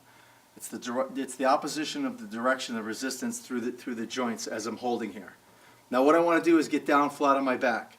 I'm going to kick my legs up in the air as I bring the dumbbells up. Now, you're going to do them like this. Your feet are up. Do not cross your ankles. Just hold your feet up together. That same analogy of water running down, this is incorrect. This is correct. Keep that down so water can run down slowly. Pause. The bench is the floor. I can't go any further. This is incorrect. Okay? So, 1 correct rep. Slow. Pause. Press. Slow. Pause. Press. This is incorrect. What did I just do? Look at my legs. They fell. Bring them in. Press. Press. Slow. Pause. Press. On my last rep, the best way to get these down, watch this move. My arms are straight. I just come up and rock. Bottom line in this is when I sit up, I use momentum to help my body come up. Okay, do not let the dumbbells drop to the floor. That's the worst thing you can do. So we're going to do this chest press exercise on the bench, 3 sets, 10 to 12, and that's basically your chest workout. We'll be right back. This is Thursday. I apologize, you might hear some background noise. Our club just opened. It's 3 o'clock in the afternoon. Here we go. We're going to go to Thursday. You're home right now, okay? So we have some tubing. We're going to have to definitely buy some tubing to do this correctly. So you have some tubing, and we're going to incorporate what's called multi-joint movements and or glycolytic movements. Now, this is going to increase cardiovascular respiratory system as well as burn a boatload of calories, tremendous amount of calories. And we're going to be touching upon certain exercises that we did on Monday as well, because you had that 2-day rest, Tuesday, Wednesday, today's Thursday. So the first thing we're going to do is I'm just going to show you a little combination workout, a row and a straight arm pull. But I'm going to incorporate it with a squat pattern. A row with a straight arm pull, incorporated with a squat pattern. All right? And as soon as I get done with that, we're going to do a series of jump squats. Now, you're going to laugh at my jump squats, but when you try them, you're going to understand how effective they are. Okay? So get your head out of the burpee. I don't even want to hear that word, burpee. So it doesn't even belong in the human body. So the bottom line is it might look like it, but it's not. So here's what we're going to do. There's a pattern going on here. I'm going to show you one set. You ready? I have to find some form of resistance. How far can I walk back? I don't want to feel like it's pulling me forward. Okay, so this is a different type of resistance. You're home. You set up these tubes. You have 2 tubes. They're equal. 2 tubes exactly the same. So you have to tie them up. So it's very simple to tie a tube anywhere. Anywhere you want. Take this, put it through, and just pull. And there's your contact point. These tubes come together, literally come together. Okay, I could send you a link how they actually come together. They're 2 in 1, and they come off the same anchor point, which would probably be a great investment. These are a little more expensive, but these things last me a good year with all my clients coming in here, and they're about $32. It's definitely worth the investment. Here's the pattern you're going to follow. Squat, pull, squat, straight arm. Squat, you've done both. You've done both. You did the straight arm with the rope, and you've done the pull. Squat, pull, squat, straight arm. Squat, pull. You always pull in your strongest position on the way up. Squat, pull. How do you pull? With just your arms, elbow flexion? No. You pull with your shoulder blades back, followed by your elbows. Straight arm pull. You're going to have to determine the position where the straight arm pull is always going to be heavier. So you have to find that happy medium. If you're way back here and your row is perfect, all of a sudden your straight arm pull, you're not going to be able to get it back. So figure out where you need to be so you can get that full range straight arm pull, row, pull, row, pull, row, pull, row. Okay? Towards the end, the last 5 reps, walk back and just complete the row. Just complete the row. Okay, how many did you do? 10, 15, 20. You're immediately going to come over to a surface. If it's a surface you have at home or it's a yoga mat, I suggest to stand on the mat. You get in your squat position and you come here in what's called an iron chair. And you're going to hold this position. 10, 9, 8, 7, 6, 5, 4, 3, 2, 1. You're going to accelerate, jump, iron chair, jump, iron chair, jump, iron chair, jump. You don't see my hands up in the air going down, plaster my face to the ground, arching my back, looking up, landing on my toes, hence a burpee. Okay, iron chair, jump, iron chair, jump, iron chair, jump, iron chair, jump, jump. I'm eliminating momentum. That's my jump squat. I immediately go back here. I know you have this kind of wind. You're a runner. You go right back. Squat, row, squat, pull, squat, row, squat, pull, squat, row, squat, pull, squat, row, squat, pull. How many do you do? I don't know. How many do you do? Maybe 5 of each. Drop. Come over here. Iron chair. 10, 9, 8, 7, 6, 5, 4, 3, 2, 1. Accelerate. Iron chair. Iron chair.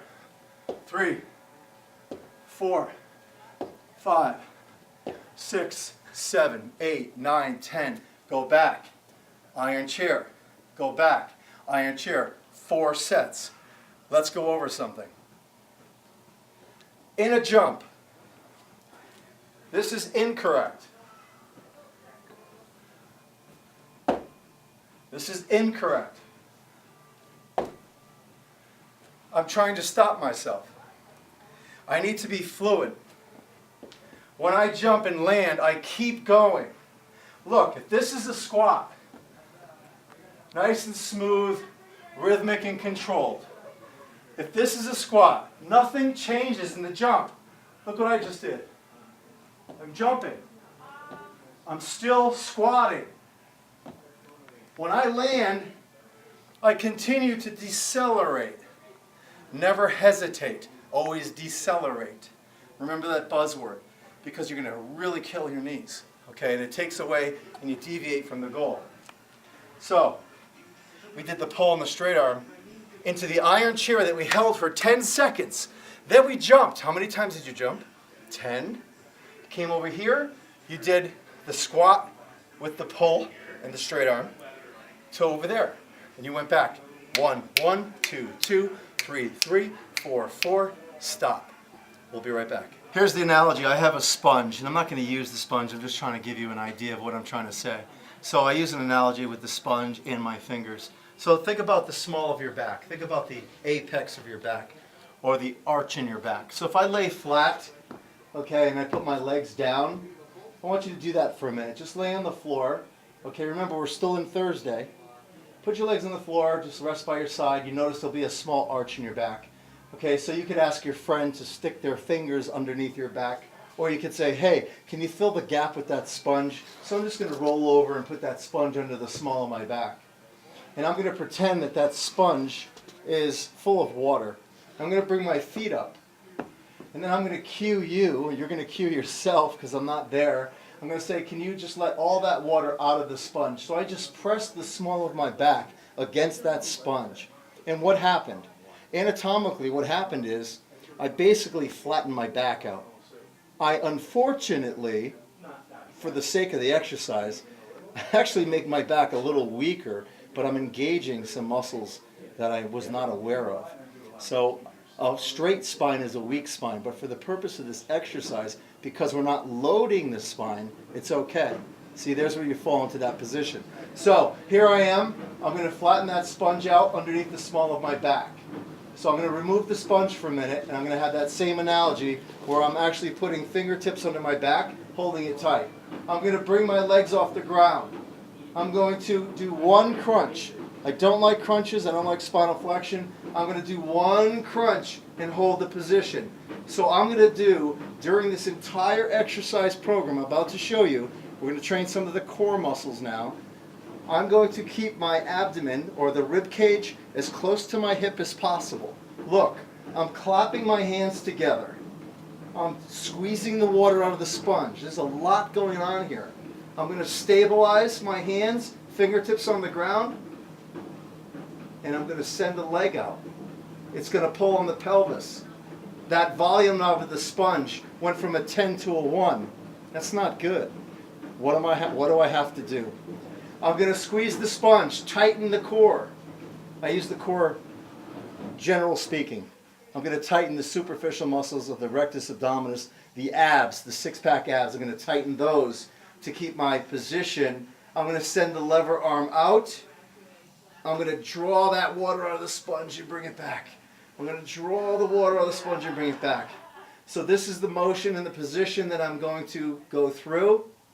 But guess what? You're saying to yourself right now, as I extend my leg out, I can't go full lever arm. My back arches. Okay, so we're going to draw, and we're just going to come halfway. And we're going to come halfway. And you're going to feel this tremendously in the abdomen, because right now, the slower I move, oh, my neck is hurting. I'm going to just hold the position, but I'm not going to lose the intensity here. Flatten the sponge. Keep the abdomen contracted. Send the lever arm out, my leg, the moment arm. Pull on the pelvis. Contract that sponge as my leg goes out. Flatten my back against my friend's fingers who are under the small of my back as my leg goes out. Because every time my leg goes out, every time it pulls on the pelvis wants to tilt. What do the abs have to do? Shorten and contract so you get full engagement of the rectus abdominis. This is the closest layer to the surface, okay, right under the fat, right under the epidermis, the water retention, the fat, the musculature of the abs, the six-pack abs. This is an excellent exercise to increase strength in the abdomen wall, as well as engage in more kinetic or neural activity, knowing how to contract the muscles that are responsible for stability of the hip. I'm disguising this a little bit for you. This is also a great hip exercise where you're actually strengthening the hip because you're not letting the pelvis, the right hip or the left hip tilt, because you're holding this contraction. So that's one of the first exercises you're going to do right out of the gate. This is Thursday. As soon as you're done with that, you're probably asking right now, how many times do I do this? No one can answer that question. How many times can you do it without sacrificing form? Maybe you could send each leg out 4 times, midway, not all the way, and you're getting an amazing workout. Next time 5 times, next time 6 times. Do whatever you can. You're going to immediately flip around into a plank and hold that plank. Hold that posture.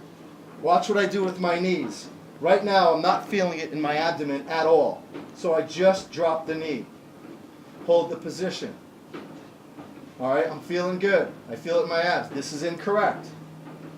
Watch my head. This is incorrect. Watch my arms. Don't clasp your hands. This is incorrect. This is what you see in the gym. I could hold that all day. There's no abs in there. I'm looking for this. Totally different. Drop the knees. Hold the position. 5, 4, 3, 2, 1. Lift. 5, 4, 3, 2, 1. Watch this. One knee. 5, 4, 3, 2, 1. Switch. You're not going to see this in any video. 4, 3, except yours. 2, 1. Switch. 1, 2, 3, 4, 5. I'm feeling it all in my belt line. I'm not feeling anything in my low back. Up. 2, 3, 4, 5. I'm feeling everything in my low back. Nothing in my belt line. Knees down. Ah, there's my abs. 2, 3, 4, 5. So what is it? Seriously, what is it? We watch a video, we see something in a women's magazine, we watch this beautiful fitness model or this ripped cut men in Men's Fitness or In Shape magazine or whatever, and we see this perfect plank. Guy's got ripped abs. So what do? We copy that perfect plank. Full length, from toes to elbows. We don't understand where we're supposed to feel it. That's why I'm giving you the option. Do you drop your knees? You tell me. Do you want your legs up? Or do you want to switch from the knees down to the knees up? I love that. I love taking that volume knob and going to a 10, then going back to a 5. Then going to a 10, then going back to a 5. You're playing with lever arms. It is the easiest and safest and effective way to reach the optimal level of fitness by knowing your body and how to understand lever arms, link and support systems. That's what I'm teaching you. As soon as you're done with that plank, guess what you're doing? Right on your back, I have that sponge underneath me. I squeeze that sponge, I lift my legs, I do one crunch, I hold, I send that lever arm out. I send that lever arm out. Don't send it way out where it arches your back. Just send it out slow. And let me tell you something, the slower you move, you want to look ridiculous? Here it is. This is correct. I'm having a hard time with this. I'm not faking this. This is intense. I'm doing whatever I can to keep my abs tight. And I'm rocking and rolling, going into my plank. 1, 2, 3, 4, 5. I feel good today. I'm dropping one knee. 3, 4, 5. Switch. 3, 4, 5. Feeling really good. 3, 4, 5. Starting to feel a little in my low back. Drop your knees. 2, 3, 4. Incorrect. Incorrect. Incorrect. Correct. 3, 4, 5. But how long do I hold it? You're going to hear me say this throughout the whole video. I don't know, how long do you hold it? Because if you have some overzealous trainer standing in front of you or standing down like this and he has a stopwatch, I want you to kick the stopwatch out of his hand and say, I'd like a refund, or I'd like to see your manager. Because if anybody is timing a plank, that is the most ridiculous thing in the world. Think about that statement. I am timing a plank. I have no indication where she feels it. I have no indication her strength levels or where that volume is going. I don't know where it's trickling in the system. I haven't even asked the question, where do you feel it? All I'm doing is standing over with the stopwatch and saying, come on, 30 more seconds, 30 more seconds. Okay, so you are increasing so many postural imbalances, and you're not getting the benefits of the exercise. So that will translate into an injury in another move, because you're tightening muscles that are not part of the goal. I'm not yelling at you, just a little passionate of what I do. We'll be right back. This is very famous. I'm going to tell you a little something real quick. Somebody offered me $100 for this if I sign it and send it to them.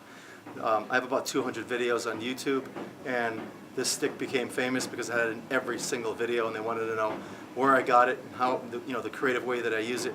I didn't use it in your video. I think that you understand the body, you have pretty good body mechanics, but the bottom line is, it's just a funny thing. I'm known for my yellow stick. Home Depot, $5. Okay, so look, when you're at this position or in this position in a plank, being gingerly, okay, obviously this is incorrect. You need to be in that straight position. Okay, obviously this is incorrect. You need to be in that straight position. Okay, so any of this deviation outside of the perfect plank position, think of a plank as a plumb line, you're going to deviate from the goal. So, whether the knees are down, this is incorrect. Or the legs are up. You want to make sure that we slide. Hello. Where'd you go? All right, this is funny. Where's my stick? Okay. All right, see the things that happen? We're not going to cut that out. Okay, so bottom line is you want to make sure in that plank position. Now, you're saying to yourself that these planks are pretty easy for you. So I'm going to take it to the next level. If you want to do this, fine. You need to open your base of support a little bit. That means your feet are a little wider. And if you're in this perfect plank and you can handle a position, I'd like you to reach out. I'd like you to think about a pool of water in front of you. You're going to reach out into that pool, test the water, and just say to yourself, oh, I want to reach out. I'm going to reach out. I'm going to reach out. I'm going to reach out. I'm going to reach out. Or maybe I'll just reach to the side. Okay, maybe I'll just reach to the side. And what you're trying to do in this is just, the best you can, is try not to shift too much.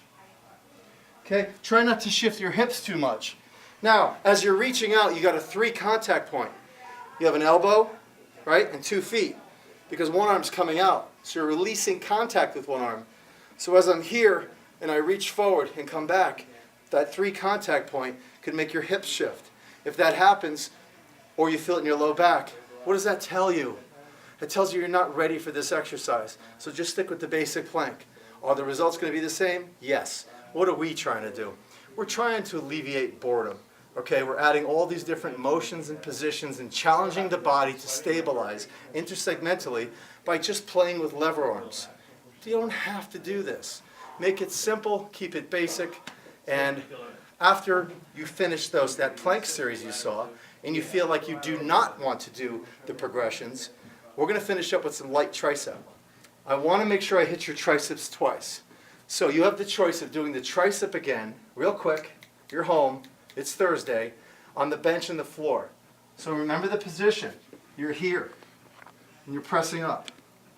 Remember that. Or remember it progressed? This is Thursday now. Remember we progressed, we went straight, we went down slow, knees drop, press. Straight, we went down slow, knees drop, press.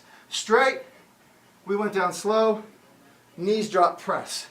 Okay, do you remember that? Now, do you also remember where we had our hands on the bench?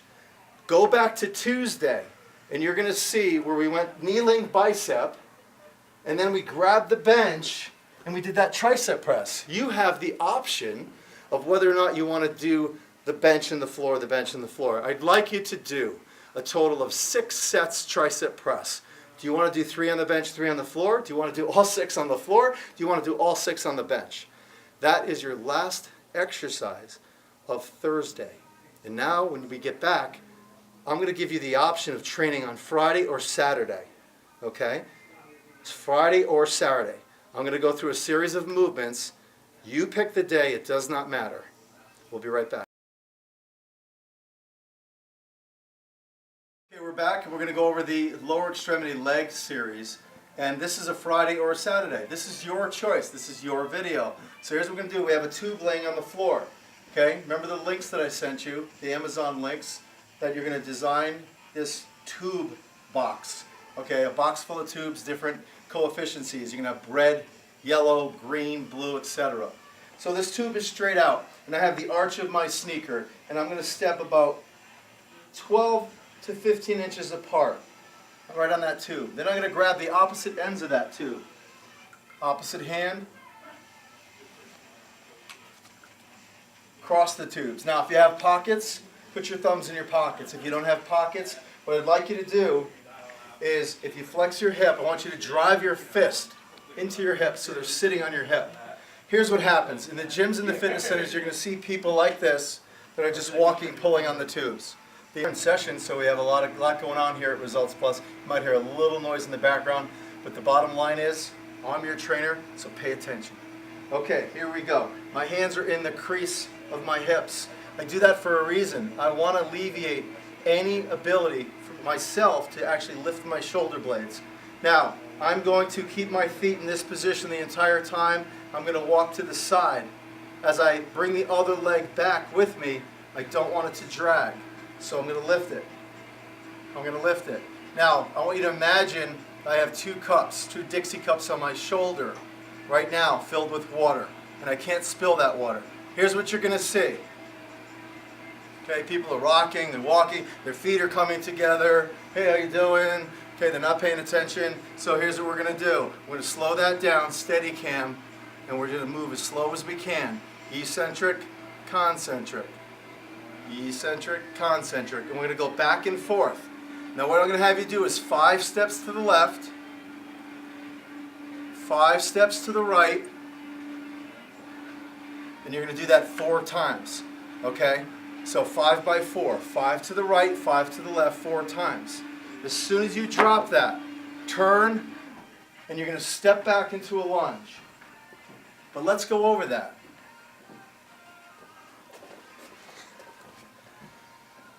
For a visual, I want you to look at that stick between my legs on the floor. Everyone who does a step back lunge usually steps out to the side. Okay, I want to make sure that if you slide your leg back, straight back, along the stick, then I go into my position. In this position here, water can run down the thigh. I don't want to go too deep. Okay? I don't want to be up too high, but I just want to make sure that water could still run down. So as I position myself back, I step forward by lifting my chest, and my foot contacts the floor. I step back, I lift the chest, my foot hits the floor. That's your step back lunge. We're not going to do any step forward lunges. And I'm going to have you do 10 on each side. So you're here. When that leg comes down, that arm is right here. I step forward, counterbalance. 1, 2, 3, etc. Now you can do 10 on each side. I'm going to show you from the back. I step straight back. Here, left. Here, left. Here, left. Here, left. Okay, it's a step back lunge. Once you master that step back lunge, 10 on each side. I just did right side 10, left side 10. Now you're just going to step back and hold this posture with your arms up over your head, thumbs back. Just hold the posture, 10 reps. Just hold it. Do nothing. Just hold it. Put your arms down to your side. Just hold the position. Hold the position. Arms by your side. Hold the position. Over a 10 to 15 second period, step forward. Come down. Arms up. Hold. Hold. Here. Here.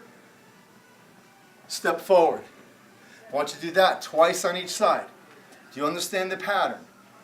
Okay, we put down the tube after walking 5 each side. 5 steps to the right, 5 steps to the left, 4 turns.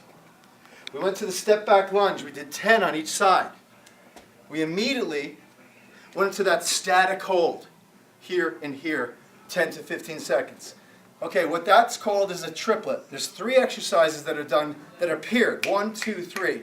We pair them together. 1, 2, 3. You're going to go around 3 times. We'll be right back. Okay, we just got done with the triplet. If you remember, we did the tube walk side to side, the step back lunge, 10 on each side, and then we went immediately into the static position with our arms over our head, arms in a T position, arms in an I position. Okay, and then from there, we did what? How many times did you go around? 3 times. So that series of 1, 2, 3 was a 1 set. So equate that to 1 set, and then we did it around 3 times. As soon as you get done with that, I have 2 light dumbbells here. Okay? Now, it's all relative. These are 15 pounds. You might use 8 pounds or 10 pounds. If you remember, our dissertation in the beginning was to buy some different things. I'm going to send you some links. Remember the yoga blocks? I have 2 yoga blocks piled on top of each other. Okay, based for my leg length and my height being 6 feet, I don't want to go too deep on this because I'm going to round my back out. I'm not going to be able to maintain a neutral spine in this position. So I'm limiting my range of motion by adding the blocks. Now, in this position, if I bend over, what's the first thing that wants to happen? Opposing forces want to round my shoulder blades out and round my back out. I have to stay retracted. So the first thing I'm going to do in this position is act as if I have a wheelbarrow in my hand, and I'm going to draw my shoulder blades back, just like the position you'd be if you were using a wheelbarrow. Okay, the best way I could explain it.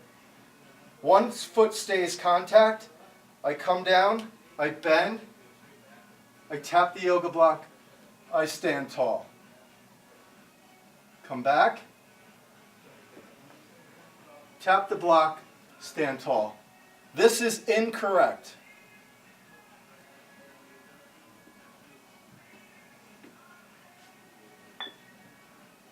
This is correct.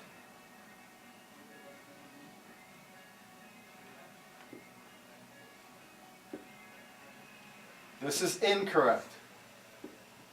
Okay, so you can see the deviation between neutral and forward protracted shoulder girdle. So we want to make sure we stay neutral. Neutral would be that at all times make sure your shoulder joint is right under your earlobe. Okay, don't let it go forward. Keep it back, if anything, behind your earlobe or to your earlobe. And obviously we're going to switch. We're going to do 10 on each side. You're here, lift. Here, lift. Here, lift. Here, lift. So, to define what we just did, I did 10 to 12 repetitions or step backs with each leg. Right side, left side. Right side, left side, right side, left side. Non-stop. Right foot forward, left foot forward, tap, etc. I go through non-stop. Non-stop 3 sets. This was your option. I gave you an option of doing this. What you just saw, that segment, was a Friday, Saturday option. I don't know if you're going to be running on Friday or doing your long run on Sunday, but the bottom line is, here's the way I look at your present condition and what you're trying to accomplish. You have so much cardiovascular activity in your lifestyle right now. As you noticed, I didn't put too much into this program. Usually I have a cardio component. We call it an active rest or an active recovery. I didn't want to do that with you. When you tell me you're going to be in a 5K here and going into a half marathon and you're running 3 days a week, that's enough cardiovascular activity. Personally, I feel that you're not eating enough calories. We're going to get into that with the nutrition segment. And I want to make sure that you're not cleansing so often, because you're never going to be able to get through these workouts, and you're going to sacrifice some serious muscle, some hypertrophy, everything that's going to be the furnaces to which fat is burned. You're deviating from that goal by cleansing so often. I haven't met anybody in this ISA challenge deal or in life that are dealing with the products that literally cleanse twice a week. So to me, that's about a 3.5 day waste of time if you're strength training like this. So we want to try to come up with a better concept. You could do the cleanse for life. You could do it in the evening. You could do it at night before you go to bed. But I want you to have healthy, whole, natural, non-processed foods throughout the day. So here's our last exercise of that optional day, whether it's Friday or Saturday. When you're done with all that leg series, and you notice I didn't do too hardcore on the leg, I don't want to deviate and get your legs too tight. I want you to make sure you're stretching so when you do the run. As soon as you get done with that little leg series you saw, I want you to immediately go back to the bench. Remember the analogy of that piece of plastic. As I heat that piece of plastic, it goes into a new formation. It stays in that formation versus a cold piece of plastic that I bend, I let it go and it goes back to its original form. So think about those muscles elongating, bend over from the hip. Remember the bow and arrow analogy. Here I go. I'm pulling back the bow, I hold. Posture position. I'm rotating over that leg. Come back to neutral. Flex forward. Feel the elongation of the hamstring. Deep breath in. Exhale. Let your body relax. Feel it open.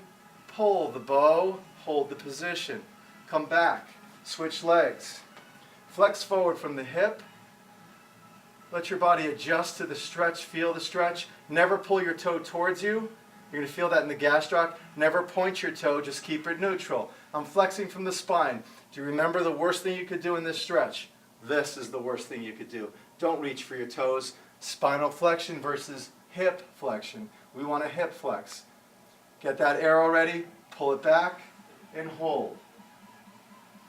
Okay, do you remember when we did the quad stretch in the bench? We're going to come to the side. Okay, now you're home, so you might not have this at home. That was your first quad stretch. If you're home, just do a very simple stretch. Let me show you how to get into this. 9 times out of 10, you're going to see somebody throw their leg back and try to grab. They're probably going to grab their foot. You never want to do that. Let me make it easy for you. Lift your foot in front of you and grab your ankle, and then just bring it back. It's comical. I know. So we're just going to hold this position right here. Feel the stretch. The way you get the stretch is not by pulling your arm, but it's by elongating your spine and standing as tall as possible. Just don't go up on your toes. Okay? Again, holding it this way. Bring your foot up in front of you. Grab your ankle. Bring your leg back.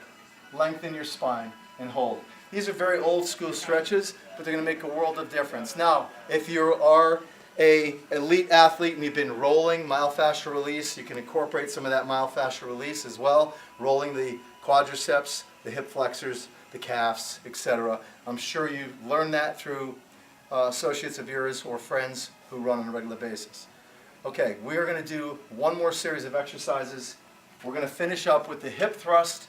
This is that special day. I don't know if it's Friday or Saturday.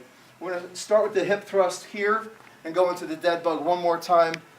Right here, feet are underneath the knees. You're up, your head is supported. I'm in an extended position, tabletop. I drop, I lift. I'm going to do 15 repetitions. When I get done with 15, I'm going to what? Rock back. Go right into the dead bug position and hold. I'm going to do whatever I can possible to hold this tightness. I'm bringing my ribs into my hips. I'm clapping my hands, holding the position. Now, I'm going to play with lever arms. Okay? I'm going to send my left out and my right. I'm going to hold. I'm going to switch. I'm going to hold. I'm going to switch. I'm going to hold. Slow, rhythmic, smooth, controlled, active control. Nothing ballistic. Bring them in. Hold. 2, 3, 4. My neck hurts. Hands behind your ears. Hold. 2, 3, 4. Drop. Hip thrust. 1, 2, 3, 4, 5, 12. Scoot back. You're going to do 3 sets, non-stop. Hip thrust, hold the bug, play with lever arms. 3 sets. When you do those two combined, the hip thrust and the dead bug, call it the dead bug for conversation, that is 1 set. You're going to do a pairing of 3. So you're going to go non-stop. So it's a total of 6 movement patterns, 3 being the same, back to back. because you're working agonist-antagonist. You have the rectus abdominis, the flat superficial muscle that's controlling that spinal flexion mechanism, and then you have the extension mechanism, which is controlling the low back, the glutes, and the hamstrings. So you want muscular balance. I want you to review this video, look at each segment. Remember, you have your Monday, you have your Tuesday at home, you have your Wednesday at the gym, you have your Thursday at home, and then I gave you that optional Friday or Saturday to do what you want to do in regards to being at home or the gym in those series of exercises. You're awesome, you rock. Get in touch with me. I know you're going to have a lot of questions, and hey, you're stuck with me for the next 90 days. We'll talk soon. Thank you.